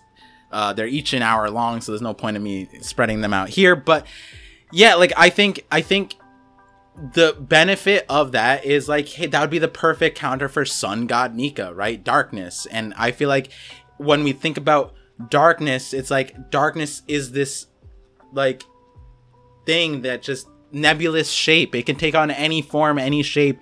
Like we talked about Aku from Samurai Jack. He did that. Aku like literally transformed to anything and disguised themselves and changed themselves, created multiple versions of himself, and it was all through the darkness powers, right? And then we see, what was the other one that a lot of people were, Cuphead. I guess in Cuphead, yeah, I'm the Cuphead pusher. Yeah, but in Cuphead, I'm pretty sure they all like the devil also has like the Tom and Jerry kind of like he morphs. Oh yeah, into he can things. change into anything he wants. Right. So like that's kind of how I see it. Where look what we're seeing from Luffy. Luffy's literally like pulling out of light, like out of his hair, like goggles. Right. I think the emu is just gonna do that same thing with darkness. It's like I like. It's when I made that video back then. I remember like people were like, nah. Like just straight up nah. And I'm like, it just kind of makes sense. I don't know. It's like it's super simple. It's just lights versus shadows. Yeah, no, I've always been of the mindset that emus, ever since we got Gear 5th, I was like, okay, the last fight's gonna be goofy. Like if Emu and Luffy don't jump out of the manga panels and start like zip zapping around the page, I don't know what Oda's doing at this point. But yeah, like here's a cool one. I've been saying this. In that Shadows video, something I noted was that there's a few times. There's some people have showed me other panels. This isn't the same thing I'm talking about. There's times when Oda doesn't draw the frame of the panel. There's no frame. One of the times is the Blackbeard People's Dreams Do Not Die. There's no frame to it. It's just all the pure white and then the characters on there. And that's something that I think that like that's probably really important. Those moments are really important. And the way Emu and Luffy could fight is like Luffy's the light and then Emu is going to be the frames. Is going to be the frames of the panels. Like Oda might go that crazy. Like, you know how like the frames are usually black? Yeah. Imagine Emu like he blends in with the frame and he starts coming down. Yeah, and grabbing Luffy. And then Luffy hops out and then now it's a frameless page. And now Luffy is like fighting Emu. Like that is something that I actually believe in. Don't call the Gorosei at 3 a.m. Wait, what? wait. I let a lot of the but that one was the one that I just didn't understand. No, that's gonna be the name of this video. No, that's so good. Don't call the Gorosei at 3. No, have you ever heard of those? I know about 3 a.m. Like the 3 a.m. challenge of like, oh, like don't do Ouija board challenges at 3 a.m. because that's when the spirits are gonna come out. Yeah, that's the demon hour. Yeah. That's the ghost. My wife is the demon hour. That's Emu in the Gorosei, man. Yeah. No, that's don't call him. I just didn't know that that's what you're and then you coming out. Don't call it Gorosei. Like yeah, because we were talking about how scary Emu could be coming. Or I guess I was talking about the scariness, but yeah, it's horrifying. You're not gonna hide it from your YouTube channel about your particular fear, right? Yeah, I'm scared of ghosts. I mean, I'm not gonna be scared of Emu. He's a person, but. And then it was mad funny is in that conversation I was like, no, I sat there and analyzed the ghosts that I saw, and like we were talking about how like I'm like studying shadows and you're just like Yeah, they're cool, but like I don't need to. They're kind of goofy. I don't need to look at them too much. Like, like I feel the fear oozing from you. Like, oh no, it's gonna come at me from the manga panels. Yeah, Imu's gonna jump out and grab me from the pages. But that's the thing too. God. Like, with Oda's conversation about Gear 5th and the Tom and Jerry antics, he said that it was hard to draw. Initially, it was hard to draw the Kaido fight because Kaido is serious and Luffy isn't, and like Luffy's cartoony and Kaido isn't. But I'm like, well. The easiest fight for Oda to draw would be if they're both cartoony. Yeah. And if it's like, yo, if Imu's a little bit goofy, wacky, then I could see it. I could see it. This is a huge thing, I think, in all, like, Tom and Jerry even, where what they'll do is they'll jump different environments, like different kind of versions of art. Right? So like in one panel, it'll be like modern anime stuff. And then the next one, he throws it into like Naruto style. Like it might be that like in that fight, he gets each author, like each mangaka to draw their version of that panel. And then then you jump into like Rubber Hose stuff. You jump into Tom and Jerry stuff. Some things look like Tom and Jerry. It could be that that's what Imu's fight looks like, where we're jumping like styles in each panel, and that could be why he does the situation where he has all like the one shots and like they did that recently in like the latest Tom and Jerry movie. They did just that. Yeah, exactly. That's a super. They do that like all the time. Like I remember, I think Popeyes is the one I'm remembering for some reason. Like they jumped. They didn't have a lot to go off of, but they jumped like art styles, and that was like a cool one. And then Tom and Jerry did Popeye, and then keep on going. And then Mickey Mouse and that stuff. And you know, like I'll back up this idea further too, because in the One Piece data books, I think almost all of them have that section where Oda does bring on different mangakas to draw Luffy in little scenes. Have you seen those? I haven't seen it there's from a the lot source, of but them. And now it just, I think that's what Oda's been preparing for. Like he's scouting the Sanji side stories, the Boichi, like all that stuff. Like yeah, he's scouting. Oda's scouting, bro. Like, I mean, and then even if you want to say that, like, Oda isn't scouting, like, he has connections. Like, I'm sure if Oda wanted to go have lunch with the manga author of Naruto, I'm sure he can, right? Like, hey, buddy, you want to go for a drink or something? And like, again, this idea sounds crazy, but like, if there was a mangaka to be able to do it, it's Oda. Right? Like, it's 100% Oda. It would be the guy that's running Japan's economy. If anything, you'll have the prime minister call, Kishimoto, we need you. Oda-sensei needs our help. Yeah, and he's like, he's talking to one of the people who's ghosting, and he calls into the prime minister. It's like, I need to call in the favor. And then he's like, Ichiro Oda. Okay. The secret security, like, busts through, like, Kishimoto's doors, like, we need you, sir. It's like gathering the Avengers. It's like Avengers Endgame. Like, they get everybody together in a room. No, that could be it. Like, I do love thinking about the end of One Piece, because especially with Gear 5th, Oda has kind of broke the norms of shonen. And he even mentioned that he doesn't like where shonen is at, and that's why he created Gear 5th. He doesn't like how every fight in shonen is stereotypical. Like, it's like, oh, like a life or death match, everybody's going through the same emotions, the same reactions, it's the same fight over and over. And that's why Gear 5th was birthed. So having the last fight be goofy, having Imu be a cartoon shadow monster, ink splotch, blackness, like, I think it could be really dope. And then at the end of the day too, I think if you want to just take a one step further back from this, what is a manga? It's white and black, right?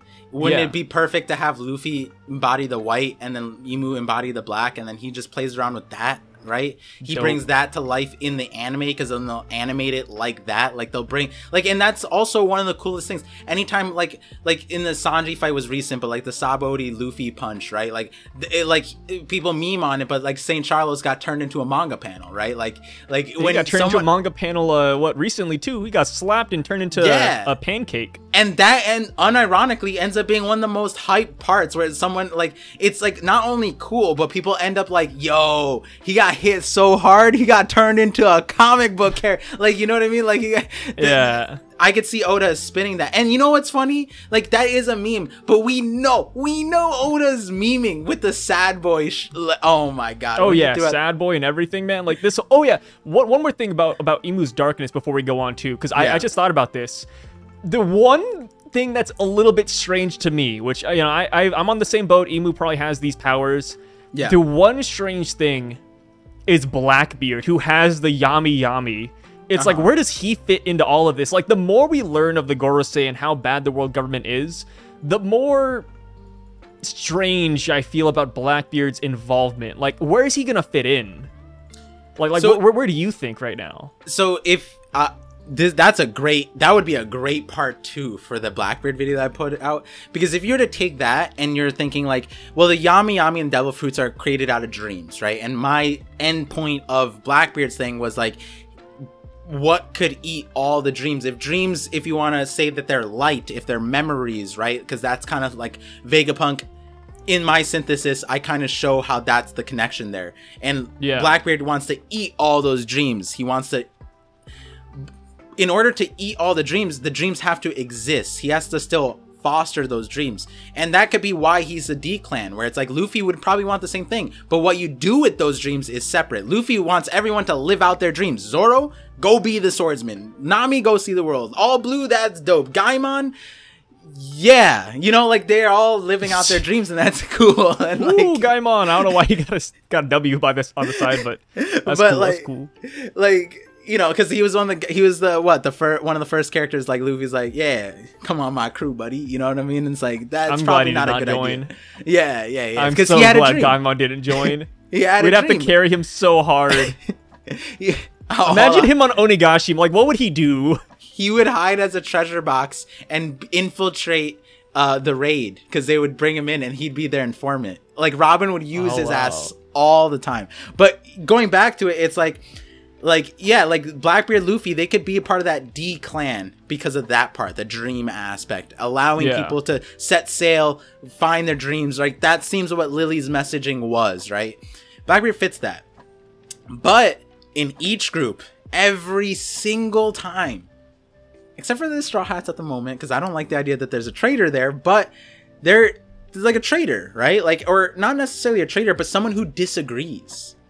And so it could be that like one of the D-Clan people might have disagreed with the rest and was different, like the Scabbards, right? Maybe they had a reason to disagree. Maybe just like Kanjuro was connected to the source, Kurozumi, and they didn't know that. They hid that. And so in Joy Boy's fleet was someone connected to Eam, something like that. And so it could be that dream. Watch it be Lily.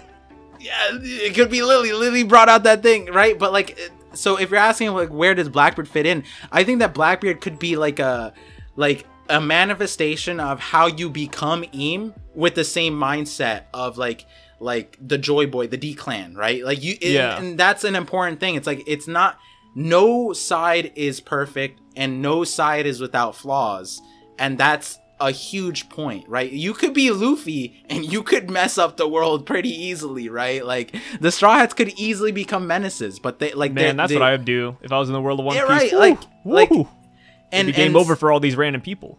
And at the same time, none of that has to be intentional. It could be all a mistake. It could all just be, that's just how it crumbled, right? Like, if Orochi never met Higurashi, would he have become evil? Who knows, right? Like, it could be that there's a Higurashi character there. Or it could just be like you unironically fell into the thing that your group was running from and you just didn't know because Joy Boy didn't tell you everything, or Lily didn't tell you everything. Did Lily and Joy Boy tell them everything? No, they hid them in poneglyphs. Apparently nobody else can read them, right? Like they didn't know shit. So it's like, so, you know, like clearly there's some kind of information gap, and I think that's where Blackbeard kind of like will squeeze in. Yeah. I like that. And one more thing before we hop on a little bit too. This is double-sided. First, I didn't know that glizzies might mean hot dogs. What? You knew? Stop. You knew that. Wait, is that a thing? Is that true? I didn't look it up yet. Thing. Yes. So glizzies mean hot dog. Yeah. You don't want to be glazing someone's glizzy. Like, they're also kind of close to the source. All right. So the reason I say that is because the Gorosei are strapped up. They pull out their guns You called it a glizzy? It's a blicky, in my bro. video I called it glizzy because I thought that's what the kids call guns nowadays. So I said, yo, they got the glizzies on them. You're telling them how old we are. Come on. And then somebody said, Sai, a glizzy is a hot dog. I think you mean blicky. And I was like, oh my god, I think he's right. Yeah. I didn't fact check it yet, but I sat there for a second and I just like, you know, had my hands over my head and it's like, oh my god. I said the Gorosei got the hot dogs in front of Cobra like it's Riley Reid. Like, this is crazy. Not the jerk circle. The cookie, what is the thing? The soggy cookie? Oh and my god. Here's the thing.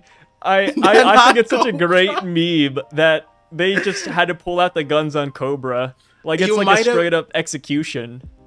Like, I mean, this is an actual gun, but people would just say like any pistol is just a Glock. Like, you just say that. So like, I could see how you could get like, oh, instead of blicky and you combine Glock and blicky and you got glizzy, I guess. But like, that's funny. That's crazy. And then I can't call them the Ninas because, you know, I know some Ninas out there. Wait, I'm so bad with terminology. I can imagine like everybody listening is like, oh god, stop. People are like muting the video right now. They're like clicking off. I'm gonna look at the analytics and there's like a huge 80% drop, like a giant spike. Like I'm reading a Raid Shadow Legends ad. Like, oh, that was god. Like a huge, not the Raid. No shy. You just said that. Okay, what? It's fine. They're not gonna be listening 2 hours into the call. That's so funny. Hey, you know. Every YouTuber knows. Yeah, we know. But I was thinking like there's so many commenters like, oh man, I literally get this on my videos. Damn, when Sai said that, I signed up my kids to his school. He subscribed on their thing. Like, literally, there's comments. Like, Sai says something, and with that, and then that whole image was shattered. You said glizzy. Yeah. The minute I said they got the and you know what's the funniest part? There's a couple of people who actually thought the glizzy did mean a gun, though. No, not you. No. See, this is the D-Clan problem, right? It's like, the Mandala effect. Like, I'm changing the meaning. It's like Gandhi and Philip. Maybe one day there's a reality out there where you got kids running around like, oh, look at him, he's got the glizzies. And it's like a little cowboy guy like, pew, pew, pew. Like, that'll be crazy. No, if you hear kids running around, whipping around glizzies, you gotta stop them. Maybe kids talking about glizzies isn't the best thing, but yeah, you gotta ask them who taught you this. The Call of Duty mindset, right? Like, a lot of kids play the Call of Duty games. Oh god, no, I play Call of Duty every now and then. Not Valo and Call of Duty, bunch of glizzies. Glizzy. Oh man. Okay, that was the first thing. There was another thing that you wanted to ask, right? Oh no, the second thing was just how goofy it was that the Gorosei had guns. I don't mind that the Gorosei whipped out guns on Cobra because a lot of people said, like what Mihawk said, like, oh, you don't go hunting for a rabbit with the giant blade. And I said, okay, cool. Yeah, Cobra's in a wheelchair. All you need is the glizzy. But here's the thing, though. Like, I kind of wish that their blickies were unique or special. Like, you know, like Sea Prism Stone or, you know, something. Like, they're just regular guns. Like, yeah. They could have, you know, maybe they're made out of atom wood, right? Yeah, because that would matter. Like, it would absorb it doesn't matter. It's just like an appearance thing. Because I mentioned this too, but like if I didn't know that the Gorosei transform in this chapter, I would look at these guns and I'd be like, is that all they got? You know what I mean? Like, no, it's a very minor thing. I just thought it was funny. No, it's not minor. I think like when people say like, oh, like why didn't they just turn into their normal forms that here, right? That's where I'm kind of like, I agree with the trigger thing. Like something triggered it, like Eam triggered it, right? I can see that. The reason why is because like they already said that they were gonna kill him. What does it matter? Like, and then you have two people who are onlooking and you let them escape. It's like you should have just pulled out everything from the start. I actually feel like the gun would have worked better than the transformation. Yeah. like they were like chasing him down like this and everything. It's like, man, if you had that, actually, you know what? That gun might have been useful. Yeah, but I hit from long range. Like Kishimoto of Naruto said that if there was a gun, that would solo the verse apparently. So it's like, they're powerful weapons. We should not be sleeping on them. When the two people that literally, like, they said to Cobra, like, oh, you as soon as you saw Imu, you were dead. And it's like, what? I don't. They both. We know that they got off, and you doubled out. Like, this is like if Goku turned Super Saiyan 3 apparently and let people live. Like, it's like, huh? Like, what? Like, Goku would first let himself die to fight again, to instead of letting someone go just to play with them. Or, you know what I mean? Like, the Gorosei pulled out their shadow monster beast forms, and then like, toodaloo. Like, I like to imagine that this is like their first phase of a boss fight. But also, like, I like to correlate the Gorosei to the Straw Hats. Like, imagine, like, somebody walks up to the Straw Hats, and the Straw Hats are gonna have to fight, but instead of, like, Zoro whipping out the swords, he whips out a gun instead. Luffy, instead of using, like, his rubber powers, he's like, oh, like, where's my bazooka? Like, that's a Strong World. That's cool. What happened in Strong World. Yeah, that's what I said. Like, we need the Strong World poster redone, but with the Gorosei members and Imu. No, that's crazy. Because, like, I swear, when I stopped on this in my live reaction, I got a good chuckle. I literally looked at that and rethought everything. I was just like, because remember, I thought that the Saint Saturn's cane might be like a special sword in disguise. I was like, oh, cool. But then above it was like it's also in a certain lore that it was sort of discussed on the stream, but we don't want to bring it. It's too close to the source. But right above it, he pulls out a gun too, and I sat there and I looked at this and I said, "That's cold. One, that's cold. It's cold. Two, but why? It's got but why? And then three, I'm like, have we been wrong? Like, is it not swordsmanship? Is it the world? Are these the world's strongest gunmen? Is the world's strongest gunmen? No. Like, there's 4 guns and 1 sword. Is that I don't know. And I sat there like, Usopp stocks are up right now. He's gonna solo these dudes. Izo stocks are up. Izo, Usopp. Like, now we know who Usopp's fighting. He's fighting all 4 of these guys. He's gonna show them what the world's strongest sharpshooter is gonna do, right? Because, like, dude, it's so funny, man. Oh my god, nah, like it's so funny because I saw the blickies. And the first thing that popped in my head, I didn't even register that the Philip Gandhi guy actually had his sword out. I thought he was reaching for a gun too. I was like, bro, what about his sword? Like I was blindsided so hard that my mind was like rewriting the chapter. This is some. I would have liked it. It's such a great This panel. is weird. I would have liked, it is. I would have liked it a little bit better if the sword guy also pulled out a gun too. Because then it's kind of like, oh, they all just have guns. Like, fine. And then they have like another tier. And then they have the shadow thing. But no, he's just like, no. Their guns are equivalent to me using my sword. And I'm like, oh no. Like, I don't need to know what that means. Like, are you bad with the sword? Is Mihawk actually the world's strongest? Because a lot of people thought that, like, this guy was above Mihawk given his role in the world and all that stuff. He has the Shodai probably, which is Supreme Curse Blade, and like now I'm like, either these guns are cracked or this is like his swordmanship is not that great. Like, I don't know what to think. People are saying like Haki infused bullets, which, that makes sense. Or sea stone bullets, sure, they're the top of the world. They should have that. But even then, it's like, is it that dangerous though? Like, it's still a bullet, unless it's shooting at like 5,000 feet per second. It's like, Or like they can transform the bullets. Now I'm just thinking like what Yasa, Van Augur, Usopp, that'd be like cool. Hibari. They all have like their own pop green things where like they all transform into little monsters or something. That'd wait, what happens if Hibari hits their guns with the Gorosei are fodderized? Yeah, all their gunpowder turns into flowers. Vegapunk's creation is their worst nightmare. That's the real reason they had to get rid of them. like, guys, we have to get rid of Vegapunk. Our guns are useless. No, but and the thing is, like, guys, I have to reiterate, I want the Gorosei to be sick, but like, they're still sick. I don't think this underplays them. I think it's just a funny thing that Oda included. This doesn't, but what happens after does. The fact that Sabo gets away and Wapol. See, okay.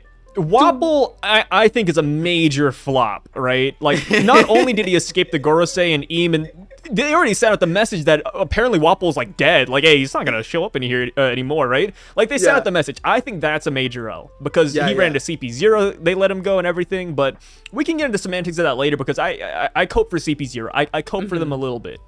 But Sabo, though, I understand how he could get away.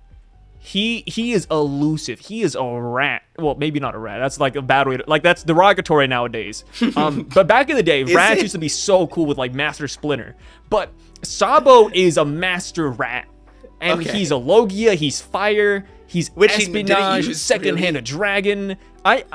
Him getting away makes sense to me. Especially if King Cobra, like, you know, like, oh, stop. Like, his legs are shaking, like, they're atrophied, and he's, like, barely standing. Is like, stop. Like, and then he starts reciting Lily's letter. I understand that, you know, he's a little bit of a distraction. Sabo got away. I think that makes sense. But Wapol, though. Wapol.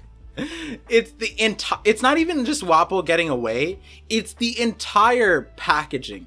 The fact that he was spying in the world's most important room, probably through a glory hole that he probably made. There's no shot that was there the entire time. It would make more sense, but it also wouldn't. So he had to have also decided to, like, I'm gonna peep in. Boop. Or he was casually walking by, like, I wonder what that hole's doing there. And I wonder how many things he tried before he put his eye to the thing, right? Like, but whatever it is, it's like the whole packaging of that Wapol thing, which goes back to what I was saying at the very beginning of this of our discussion was, yeah, Oda was cooking.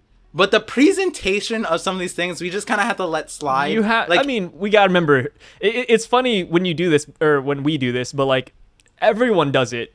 But, like, you try to apply a lot of logic to One Piece. We're over here theory crafting, but like, oh, well, like, if they thought about this, then they'll have to go this route. And then Oda sometimes is like, but by the way, it's a little bit goofy still, you know? Like, Wapol got away. Because what's funny is before we had, like, the 2-hour conversation about how 908 and this, like, coincide, or if it doesn't, right? And we agreed on many points, and all of those points were kind of like the worst case scenario, where it's like, so Sabo is just standing over the dead body in the most important room, and we're like, nah, there's gonna be context. Like, and then I came up with the idea that the Gorosei or the Holy Knight transformed into him, which could still be something that they could do. But no, it is the worst case scenario. He shot fire at them. The Inu eats it in front of him. He has his back turned towards them as they transform into shadow monsters, and he's just like, hello, Roger. And I'm like, no, what are you doing? And then the Dendemushi's as shook. It's the most incriminating pose you could ever do. Like it's, I guess this is exaggerating it, but it's like if you run into somebody on the floor and they're dead, you call for 911. But as the cops show up to, like, see the dead body and to see you, you're posed up like this with, like, like gun emoji, like, right over him. Like, no. It's just not a good photo. Like, if Sabo was like, you know, oh, they massacred my boy, then it would be like, okay, like, people are gonna feel sympathetic. Yeah, hands up, like, whoa, I didn't do this. But instead, he, like, hat down, like, this is hell. He jumped out to save Cobra. He, like, again, guys, I'm not hating on you. Just let me just read what's happening in the chapter, okay? He's hiding behind a pillar in the room where the strongest people in the world are. 1. Okay, 2. He tries to intercept this flying arrow, which I want to ask you about later. Remind me. He jumps out to try and save Cobra. He's too late. Cobra gets stabbed. So then he throws a giant fireball, and then you know what I would do in a fight? I would figure out if the assailants are taken care of, and I would not lose track of them. But no, you know what Sabo does? He's like, no, my move was cracked. I pulled out the shogi here. Like, I gotta cope for Sabo. I'm gonna cope for Sabo. You know, the man, he's a GQ model, man. Like, it be how it be sometimes, you know? No, like, Sabo knows what's up. I'm not done, though. I'm not done. See, he stands over them, has the call. He's on there. They take the picture. Fine. Okay. Why did he jump out in the first place? Was it not to save Cobra? So he's having this call, right? And then wait, is it like a phone call? It's not a phone call, is it? I think I was hoping I'd be able to take you all out in one move. Oh, that was the thing. After all, there was no way I could have known blah blah blah. No, it's not a phone call, but it looks like he's posed up like he's on the phone though. I looks see like what you mean. Yeah. So he's doing that, right? And then while, like, if let's say that we were in a war zone, right? And you were on the ground, right? You got shot. I saw you get shot, right? if this is the real world, you have to ascertain if it's safe to move you, but also if it's in a war zone, you prioritize getting out of the danger first, right? You know what I wouldn't do? Hey, how are you doing down there? And so Sabo entertains an entire conversation with Cobra while he's on the ground. Then he picks him up and starts running. Isn't this man made of fire? You can't tell me he can't just you don't want to flames burn on his feet. King Cobra. No, he doesn't need to do that. You know why? Because Ace flew a ship across the water. He's not burning his ship. Are we saying Sabo's that Sabo bad? doesn't have that master yet. See, like I said, I'll cope for Sabo. You know what? It's goofy that he struck a pose, but you know, heat of the moment. He's got the final villain right here. Maybe he just doesn't want to look at him. He so said, "I around. thought I could take you all out in one go." Man, it's crazy. You know how disrespectful that is to Dragon. Dragon's entire life is about taking these guys down. He's like, "Oh man, that one shogi move didn't do it." Like, and here's the thing, right? What's up? He's running away with Cobra, and he's not using, in my opinion, what would be his max speed, because, you know, in a life or death situation, I wouldn't care about stamina. I would pull out plus ultra and fly as fast as I can, and I would use my firepower. But the least I would do is maybe try to dodge attacks, right? So he is also a Logia that can dodge the arrow that stabbed him, but he got hit in such a way that Cobra had to defend him. But here's the question I have is, do you think, and it's weird because Sabo doesn't demonstrate this, but there's like two sides of this. One is Sabo didn't use his fire abilities at all after he did that, after they turned into the shadow things. Is it possible that like Sabo can't turn into his fire thing? Like, I think he can. Okay, so he can. Because like when Blackbeard like disabled Ace made a comment like, "Oh wow, fire! I can't turn into fire anymore." Like, what's going on? Yeah, but he also, like, Ace needed to be like not reminded. It was like when Blackbeard said it, right? Like, he was like, I think Sabo still has his powers. Okay, I think he just doesn't use them.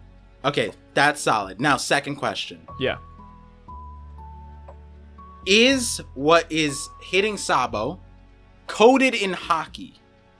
What exactly is that thing? Okay, so you think it's coded in Haki. So here's how I witness the I'm just gonna call it a tail because that's what I believe in right now. I think it's a devil's tail that hit Sabo and Cobra. I think it is very much like Luffy's Gear 5th. Luffy's Gear 5th, he turns all white, and then Kaido makes a comment that all of his attacks are imbued in Haki, conquers Haki. And Doflamingo, when Luffy was in Gear 4th, said, "Hey, all of his attacks have Armament Haki." I think if Imu is the opposite of Luffy, he's this shadow demon ink cartoon devil thing, and this is his final form, like his quote Gear 5th, where he's all blackened out, then I'm gonna assume I'm gonna take a leap of faith and say that this is Conquer's advanced Haki, Armament Haki, all of that stuff, just like Luffy's Gear 5th. So then here, let me ask you another question then. Yes. In that panel, right after like the sad boy thing, right, where we see the arrow coming off of the ground and there's a shadow underneath it, right? Why did Oda emphasize that? One, because he could have, if this was just a projectile tail attack, why have it coming off of the ground? One. Two, I mean, a lot of people have like various attacks that are projectile like this. If it's a physical attack, then coding in Haki makes sense. If it's a not physical attack, I don't think we've seen a like Kizaru hasn't coded his light in Haki. I don't think we've seen particularly Kainu coding his magma in Haki. I don't think we've seen like projectile elements like that in that regard. And so we do see this tail coming off the ground. It also whips around to the point where some people think that Cobra got hit by his own thing, and we corrected that in some ways, but I still have heard people saying that, and I'm kind of wondering, it's like, doesn't it feel significant to you that like the arrow is diverging from the shadow, and whether or not it is a physical tail or not, that is a significant plot point, right? Or not plot point, like a depiction right there. I mentioned that Imu looks really flat in this chapter. I know I got some weird pushback for that, but I said Imu looks really flat. And then we go to the arrow tail thing, and that's also very flat. Like you said, it's on the ground, and then it lifts up. Yes. And I think this does go back to the whole Gear 5th correlation, where it's like, if Emu is a cartoon character and he is like the ink to Luffy's white page, then it could make sense in that regard. At least to me, it does. So it's people a compare physical... it to like Shikamaru. So when you say it's a tail, yeah, it's a part of Emu's body, is what you're saying. I think this is a part of Emu's body, because at no point do we see the origins of this. Like in both panels, you see this tail arrow thing. You only see the end of it, which attacks them. You don't actually see where it leads to. Yeah. So I know another thing I saw some people talk about too is that maybe this is from the Gorosei on the left side of Cobra. But we have to remember that the Goroseis on the left side of Cobra, they all whipped out a gun and then he got attacked by the tail. So that wouldn't necessarily make sense. I could see it, but it would also be strange if one out of the 5 Gorosei gets a weird highlight and Emu and nobody else does. I think it makes the most sense for Emu to get the highlight for these attacks. I mean, unnamed attacks, right? Like, these are still basic attacks. This isn't like Emu going all out or the Gorosei going all out. Yeah. No, it's like hunting rabbits. Yeah, and so that's where it's like, because apparently I had to clarify, but I made a little joke I think it was at the beginning, where like we went hard on the cover story and then we created this whole theory, and then 200 chapters later, like, we see it and then we have to explain it to the people currently. I didn't necessarily do that in the best way yesterday on the stream, and so a lot of people were like, oh, it's not a shadow. And like that thing, I'm like, it doesn't matter whether it's a shadow or not. That's not the shadow theory. But what I basically am thinking is the reason why Oda showed us the shadow there is because that shadow part is significant. Like, something is significant about Oda showing us it diverging from that shadow. And the whole point of Gear 5 and my shadow theory was that if you were able to, when it comes to like a Logia, right? Like, if they were just a ball of fire, right? Yeah. According to the shadow lore that we learned from Moria and Thriller Bark, no matter what, even in that form, Sabo still would have a shadow.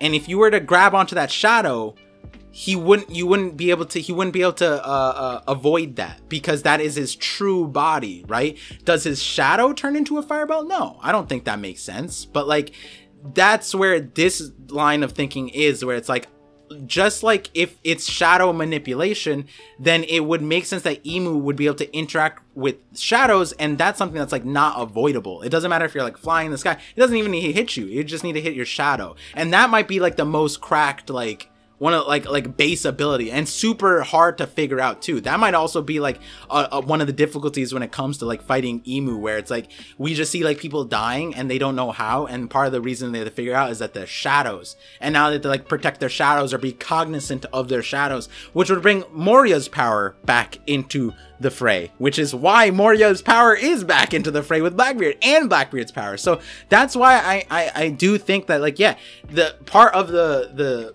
Shadows theory was explaining how armament hockey might be related to shadow stuff as well. That might be how you're able to grab on to these people. I'm kind of down with that too, because when you think about hockey and us being in the finale, I feel like there has to be that extra level. Like, Shanks got cancellation hockey, right? And that's the next step of observation potentially.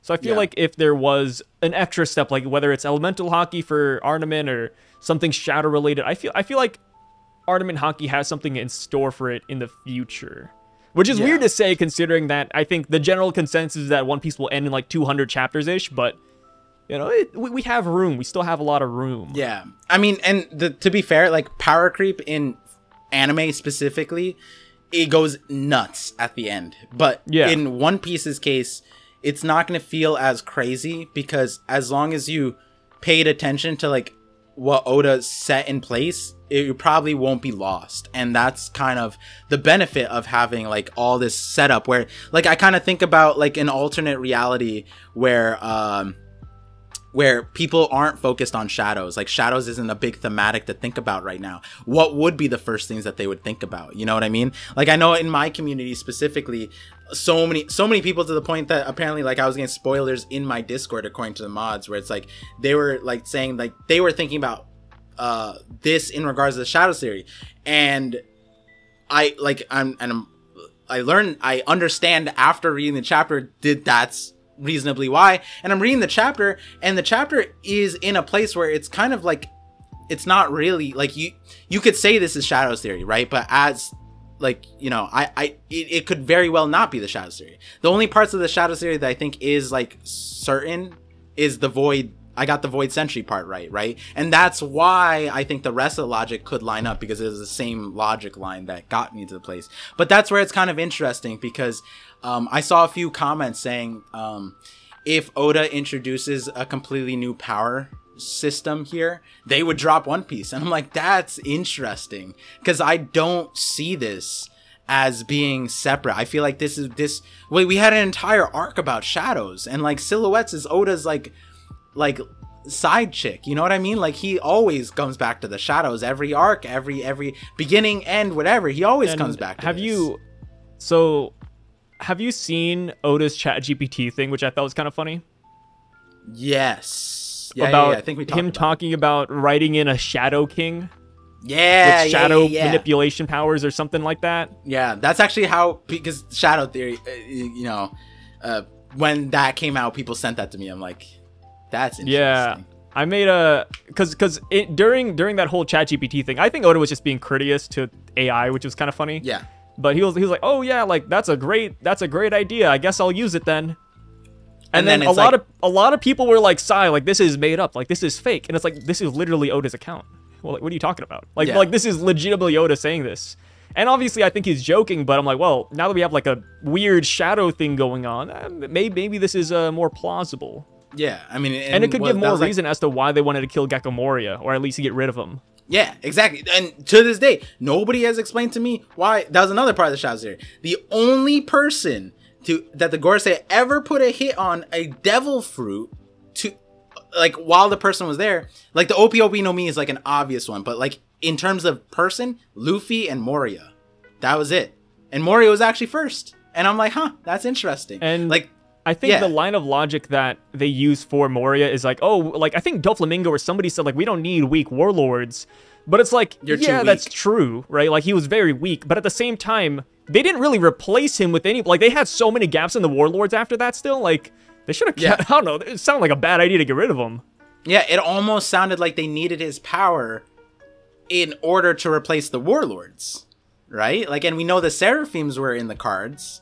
So it's like, I wonder if that's connected, you know? Like, there's so many places where Moria can be fit in because of how expansive the shadow element is, and that's what makes this reveal really cool, because Oda just gave us Silhouettes, the Holy Knights, right? But this is different. This silhouette is very different, because this is how he portrayed Kazembo. This is how he portrayed Kanjuro. This is a different kind of silhouette in a lot of ways. Like, and it's not a stagnant silhouette either. It's a silhouette that changed. It moved. It continued. It chased. Like this isn't the typical. And guys, like I don't want to. I don't want to sound like that kid at the lunch table studying shadows. If you guys know what that. Oh, that was a funny good. That's a good meme. But like, I literally, like, half of the videos I always come back to, like, this is how Oda has been using shadows, and this one is not the same way as like the Holy Knights. Like, these are shadows that he's moving in the thing, and they're attacking, and it's like yes, they could, like, I don't know. Like, the one thing that I will go back to is I do like the idea that Imu is somehow empowering this power, like that the Gorosei have. That Imu is allowing this, and it goes back to the, you know, I said blessings, and it could be the blessings of the shadows, but like in most people's eyes it'd be a curse, but like, hey, like that's kind of just how like our perspective would roll with it. But like, I like that. I like the idea that Emus might be like this overlord that allows them to access these powers. That'd be kind of cool. I would like that.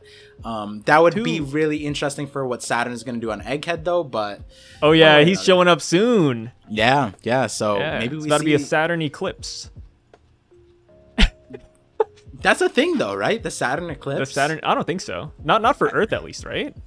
I feel like this. I think Saturn's always in eye shot, but I mean, I guess it could eclipse. No, like a solar eclipse on Saturn. But I mean, I guess if you want to go that route, I guess a lot of things could eclipse. Just like what extent? But yeah, Saturn is not a thing. But the last two theories I want to run by you that I've heard of. One of them I've kind of perpetuated myself, but like with Imu and like you said, giving these powers to the Gorosei and them being fueled by them. I was saying that this could be like nightmare fuel, because in the panel where Sabo's running away and you see the eyes and all the monsters around him, it's almost like that cartoonish nightmare of like a child trying to run away from like a scary dream. So I was like, oh, it could be like that. And also another theory I've heard people bring out, and I first heard this from Dill in the Discord, but he dropped a picture of my childhood. And I was like, wow, this is super goofy, and I could see Oda doing it, because we know Oda loves random stories. It's Where the Wild Things Are. Okay. Have you read that story? I feel like I did, but I don't remember. I probably Spark Notes it. You should look up, like, just Google Where the Wild Things Are. Okay. And not all of the silhouettes match up, right? Like, obviously, it's gonna suspend some disbelief, but we got like 5 monsters and like a little kid with a crown, and it's like, dang, like that's, I guess that could be a thing too. This is it. Where the Wild Things Are.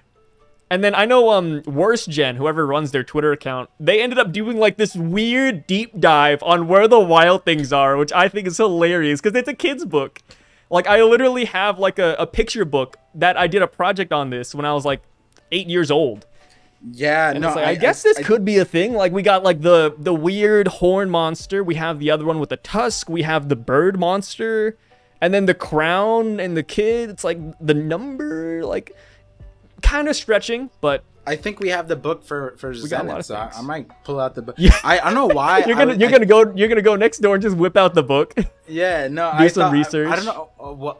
There was like kids on an island and they were like had to survive from a plane crash. That's the thing I was thinking of. You were thinking of a Lord of the Flies. Yeah, that's Where the Wild Things Are. It's similar, but this is interesting. We gotta do some kids story time breakdowns, I guess.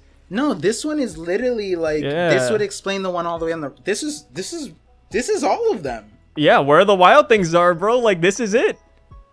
And we know Oda's an old man, so I mean, he must have had this in his childhood somewhere. or this is his way to reading the Where the Wild Things Are to his kids because he doesn't see them. Oh my god, yeah. He's like, well, I can never read them Where the Wild Things Are. Hopefully they're up to date with One Piece. Yeah. Do you think Oda's kids watch the Japanese spoiler channels? Or do you think they just ask their dad?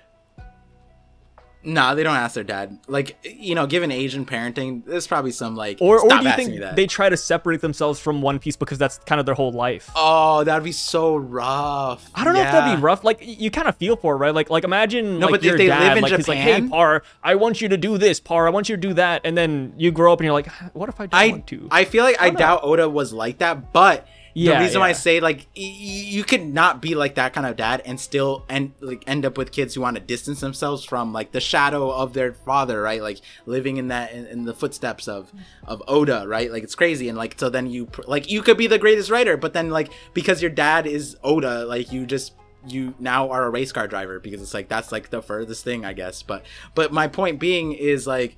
That'd be so rough because if they live in Japan, like every week, every gas station, every single turn, they just see everything really, and then they're related, and their close friends are like, "Oh my god, your dad is so amazing," and then they're like, "Stop talking to me, bro." I'm looking. They're only friends with people who hate Oda. That'd be crazy. My god, yeah, he's the anti-Oda club.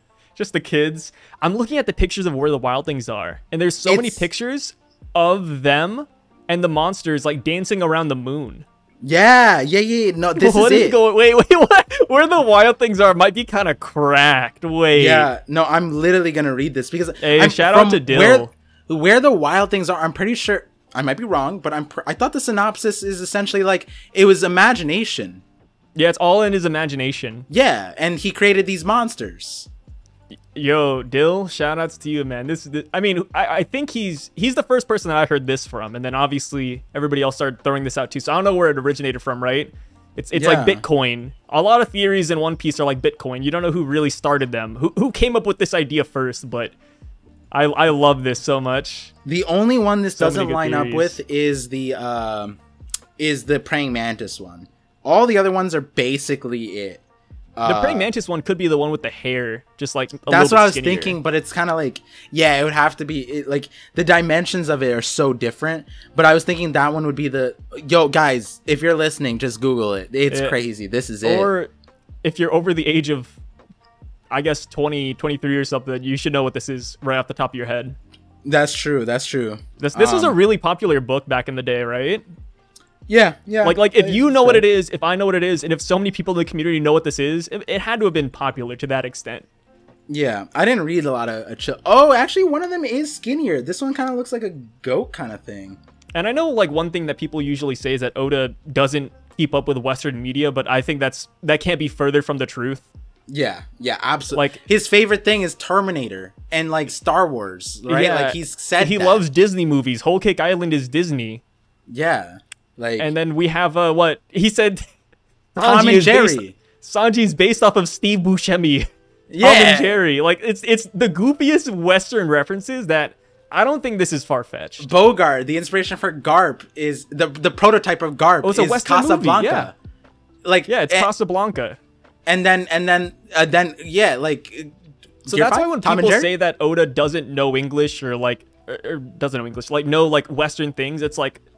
All right, sure. Yeah, no, and someone said that yesterday on the thing because we were bringing up the thing, and I was like, "Wait, you guys know that like in the most important chapter of all of One Piece, when Roger made his laugh tale, in the Raws, it's written in English. Like in the Raws, laugh tale is spelled out in Laugh. It's spelled out. Like, you guys know that Nami's original name, like one of the names was Anne, and that's a westernized name.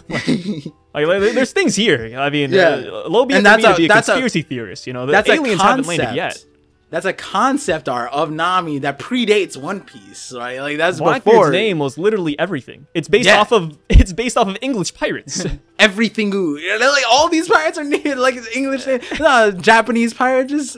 There was like a few Japanese pirates, but like the ones that he's put out the SBS are primarily on. Like a English thing as well. Yeah, and so like there's unless they have pirates in Japan. I guess they were called like just samurais, but that is that's a huge thing. No, so. Samurai. Do they have a specific name for what? For like Japanese pirates, because I know they exist. I mean, they weren't as prominent because Japan is like one single like little island. I think there was. Yeah, they did go from coast to coast, but I think they were just called samurai still. I don't know. It might be because like samurai, they had the code, right? So. Unless the pirates, like the seafaring samurai, I think, yeah, it might. That sounds cool. It sounds, but yeah, basically it's a code thing, right? Because like samurais were like, if you were to look at like knights in Europe, right? Like they had like a code of arms. Samurai had that as well, and so like they're kind of parallels in that way. Samurai is to Japan what knights are to Europe, and so it's kind of.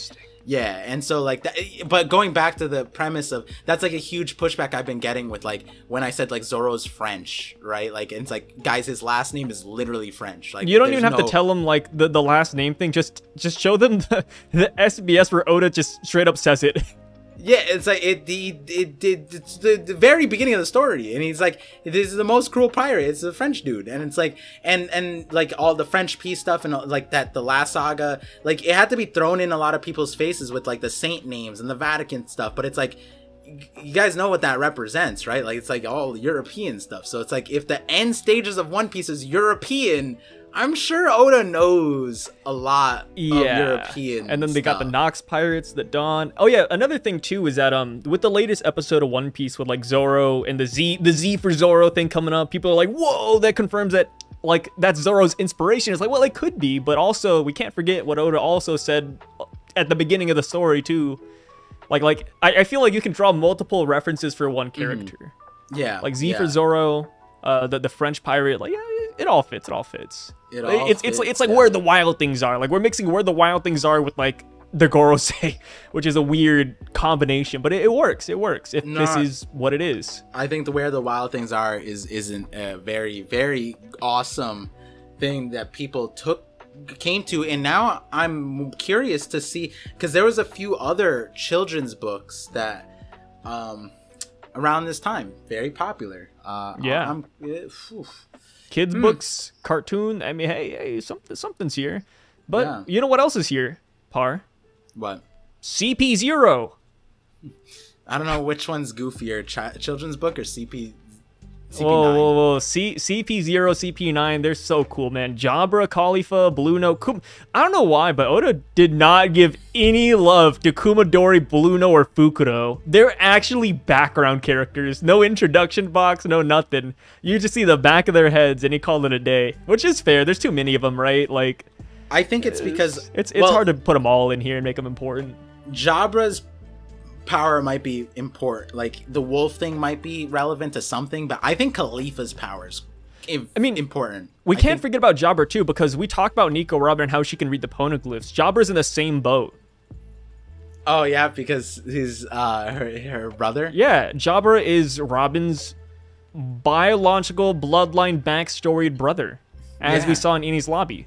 According to who? According to Jabra, people might think that he was lying, but I believe the man. I never doubted him for a second. You would be the boy who cried wolf, or if you didn't believe in it, right? Yeah, something like that. Or the piggy who didn't open his door, or something like that. One of the ones.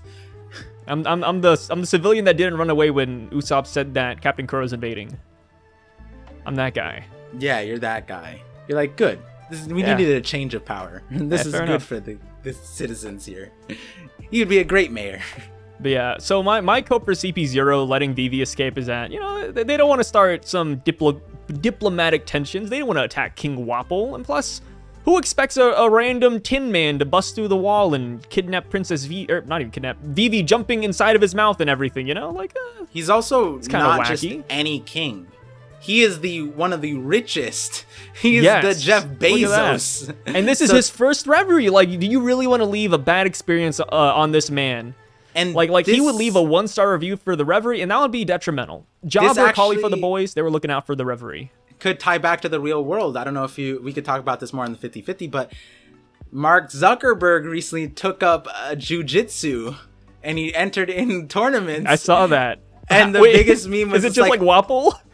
Like, I'm thinking like because the biggest meme is like during the fight, like people are saying like, yeah, he's good, but like he's not like champion good. And so it's like in the last fight he like whispered, do you want your, like he just like threatened him like in his ear while they're like grappling. And I'm just like, Wapol is like that here, right? Like they don't want to grapple with him. He's a pirate too. They, but do they want the lawsuit, right? Wapol has powers. If they want kids, right? Like, his Jabra wanted kids. His introduction, actually, he was he got his heart broken. Yeah, by the bartender, I guess. I think. Yeah, barmaid like Gertrude or something. Yeah, oh my god. Yeah. No, like it starts with the G. It's something like that. Yeah. So wait, here's another question too. Do you think they're happy that the Straw Hat Grand Fleet was a thing here? Because the way Jabber talks about Sai and Leo, he's almost like admiring them almost. Like he's kind of smiling, but I guess that's his whole persona. But I'm surprised that they don't hear about the Straw Hat Grand Fleet and that he doesn't just like run off like, I'm going to go get my revenge. But no, they proudly proclaimed it. It is what it is. Yeah, all it's of kind of this cool. is It's like respect. It's respect. This is kind of like the dialogue was... I mean, like, we got the Fujitora reveal of what he was actually doing there, and then they had to fight. He needs to be fired. How dare he? Like, there's a lot that happened in this thing, and I think Oda just wanted to get the context out. And again, like, at the end of the day, like, I'm not going to complain about what happens in this progression because of what happened above. That's obviously way more important. And we already know the end of it, right? Like, Vivi and Wapol end up with Big News Morgans. And we went through the timeline of it, which is weird. That Big News Morgans was at the Reverie, left during the week, and then Wapol called him, apparently, after this, to then transport his ship back to come pick them up, like some, like, booty call. Like, that is the whole progression of this is, like... Is it that important? No, we already know the end stages of it, right? So it's like, and in my book, it's like you said, like he put Blue Note. Blue Note was like one of the most. His power is one of the most important powers. He was the person Gear 2 came out against, and he's a background character. And then like Kumadori and Fukuroku. Fukuro. They're like barely here. Like he looks cursed in this dinner table picture. And then yeah, and then Rob Bellucci and Kaku are just gone. Yeah, and it's like, are these guys gonna be that important? No, I think they're just placeholders. Right? Yeah, like, so they're here. Were they meant to stop Wapol? No, like we could come up with 1,000 reasons why not. At the end of the day, it's not on them to stop Wapol. It's on the goddamn Gorosei, right? Like they're the ones who said that he wouldn't show up to dinner. Yeah, like, right? Like that. Like I could not find myself complaining about anything that the CP9 here did, other than that they're called CP0, and because of what the Gorosei and Im allowed, right? And like maybe there's a reason. Maybe the Im and Gorosei look at them and like, you know, it's whatever. We're gonna great cleanse them anyways. Like that. Yeah. That's like kind of where I'm at. Like maybe the last lines, because we have to fulfill the ending of 908 still, where they're like, oh great Imu-san, what is the light you'd want us to erase, right? Like we have to fulfill that, and so there's probably conversation. Wait, but that already happened though, right? No, not the light you want to erase. That didn't happen yet. But that happened like on the first day. That was like the first day of the this is day 4 still. This is day 4. Wait. Yeah, because we got that in the newspaper thing, right? So Big News Morgan says that on the 4th day of the Reverie this happens. Right. Yeah, so that was, we were talking about this in the DMs. That's why I was like, wait. So basically what I was saying is that if Oda, if this is truly 908 and what 1083 was the same, no 1084, which one? Yeah, was the same thing, right? Then at the end of 908, right? It's feeling like it is, but if it isn't, so you think they still had that conversation? We just didn't see it this chapter. The 908 thing. Yeah. At the end of 908. Yeah. So basically, what I'm saying is, if Oda introduces a time jump in those moments, then jumping time wouldn't be So you want to like spin it to where 908 and 1084, and even right now, it's all taking place at the same time, but we just don't see the 908 revelation. The 908 part would be the ending part, right? I mean, I still think these are 2 separate days. Like they already had that conversation, that's done with.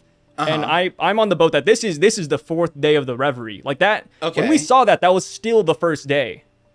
Like not only would you have to like add in, oh yeah, we have the meeting with King Cobra, skip 3 days ahead, and then also skip 100 chapters later, have an entirely different dialogue instead of everything. No, I'm not saying it's and then also like all of this. What I'm saying is that the panels in 908 aren't on the same day. Like the time jumped. Yeah, because that was day 1 and this is day 4 that we're reading right now, right? And what I'm saying is that in 908, if it's the line of logic that it is the same thing, then you'd have to insert time in between, right?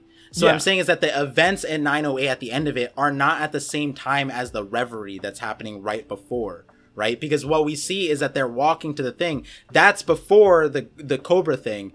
And then afterwards that's when we start inserting the 1084 thing and we start splicing the chapter together. Because then it's like, then you wouldn't have Imu walking up to the throne twice. This would all be the same thing. And then the light part would fit in here. It could be separate. At the end of the day, we agreed on the parts that truly matter, right? I want to still say it's separate. I think it's fine if you want to put them in one. I don't think it hurts one way or another, but because the way I'm seeing it right now is where's Cobra's body at the end of this, right? Cobra's body is still in the room and Sabo is leaving, right? That's kind of the understanding of how this would run through. Cobra's still dead in the room. And so that's where the 908 thing would pick up. What I'm expecting to happen is right after they chase out Sabo, is the Gorosei are gonna like turn around, and that's like when the Im conversation is gonna happen, and that's the ending. But then they say, "Oh, great Im," though. Will they say it again? No, that part was the before part. So you're adding in this entire segment, entire chapter. You're adding this in between 908. So you know, because what was it, Threeville? I think on Threeville's stream, someone spliced it together for me. I'll do that again afterwards because it's kind of hard. It'll get confusing, and then we'll have that like roundabout. You're like rearranging the chapter like it's a jigsaw puzzle just to get this. It's literally just like inserting the thing, right? And it's just like splicing it. It's like a fusion thing. Yeah, right? Like, I mean, but it's kind of back to the beginning. Like it's it could be that way, like you said. It could be this. Maybe Oda does splice in 908 in this chapter, but at the end of the day, I don't think it makes too big of a difference one way or another. Yeah. Like, I don't think it's like a big... Because there's another thing that has to happen as well, is they have to figure out how they're going to disseminate the information to Morgans, because Morgans has all the information. The Cobra's dead. Vivi's Vivi kidnapped. No, that wasn't there. Morgan's dead. Charlos was almost assassinated, and the warlord thing, right? So like, Morgan's got that from the Gorosei, right? So like, that could be the conversation that they had. But like, would that be more important than just chasing them? I don't know, right? Like, considering that they're being raided by the Revs actively as they're speaking, is also like, I feel like it'd have to be something like, hey, like, let's mobilize the Holy Knights. And what is the light that you'd want to raise? Like, that conversation all being in one thing kind of makes sense, but at the end of the day, it doesn't need to be like that, right? Yeah, we'll figure out. I just think the time framing of it is just, you'd have to... It'd be wonky, right? Yeah. You'd have to do so much just to make that fit.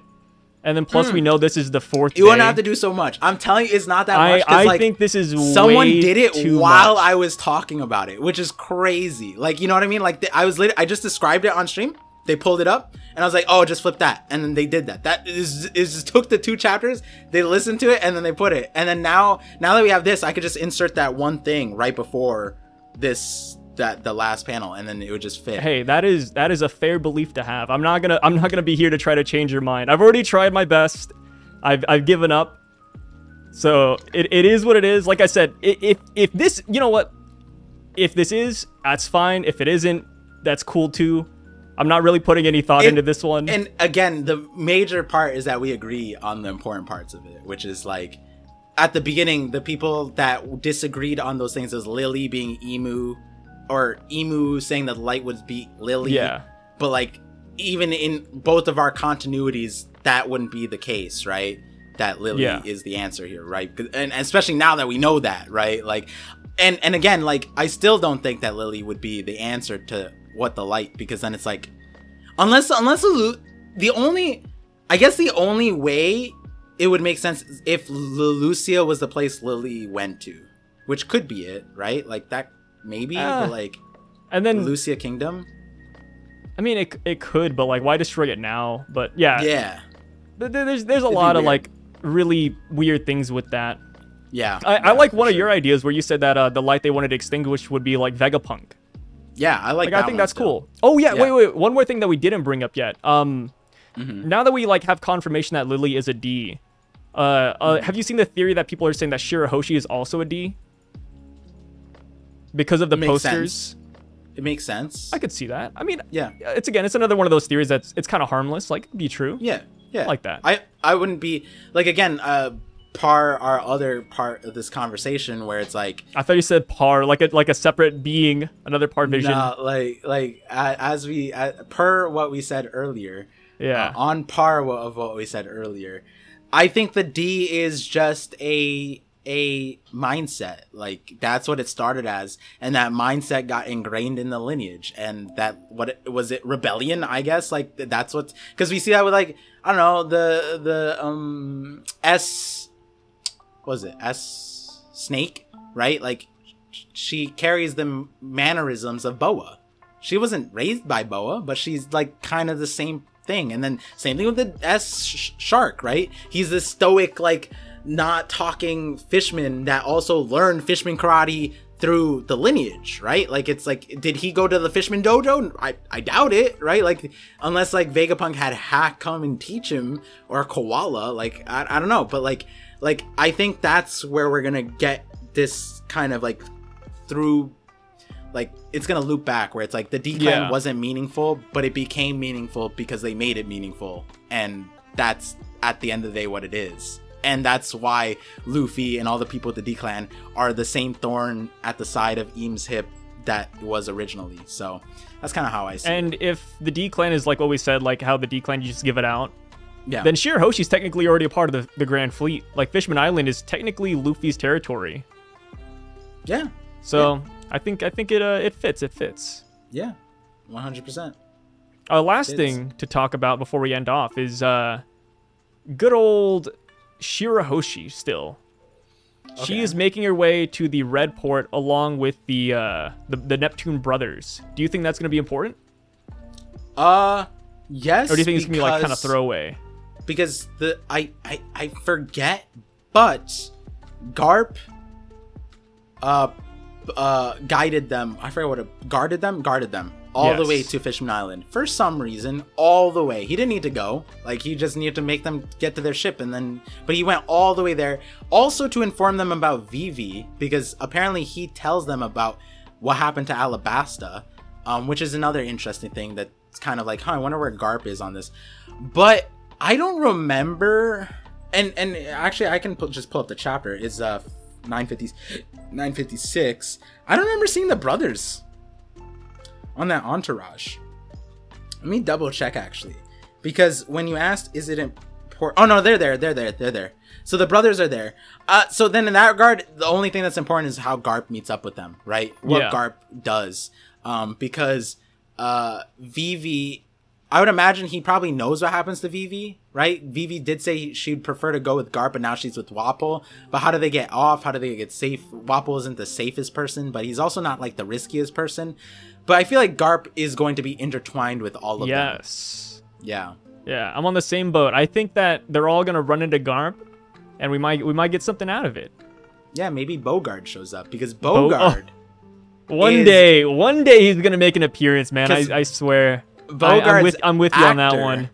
In movie reference, is he guided refugees off of a war-torn thing. They were basically chased out, and they had to escape. So he's a villain. And he provided them the location and safety to the place. And so if you see my Bogart theory, you know where that's going. But the other part in that theory was essentially that Garp interacts with all the D-Clan. Like, he literally has interacted with every single one except for maybe Law. And we don't know necessarily one way or the other, but we know that Law interacted with Sengoku. Like, maybe somewhere down the line as a warlord, he interacted with Garp. Like, we don't know. But he has interacted with every single D-Clan.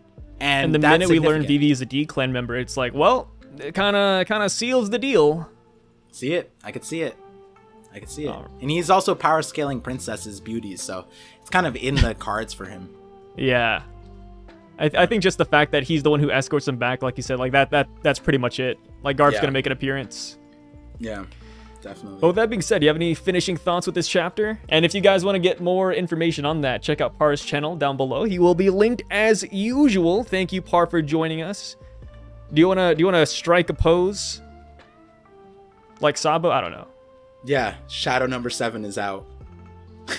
Shadow number 7 is. I'll be 8. Shadow number 8. There we go. Yeah, and 7, thank you guys for stopping by. We can't count, man. We can't count. All right, peace out, guys. Thank you so much for being here.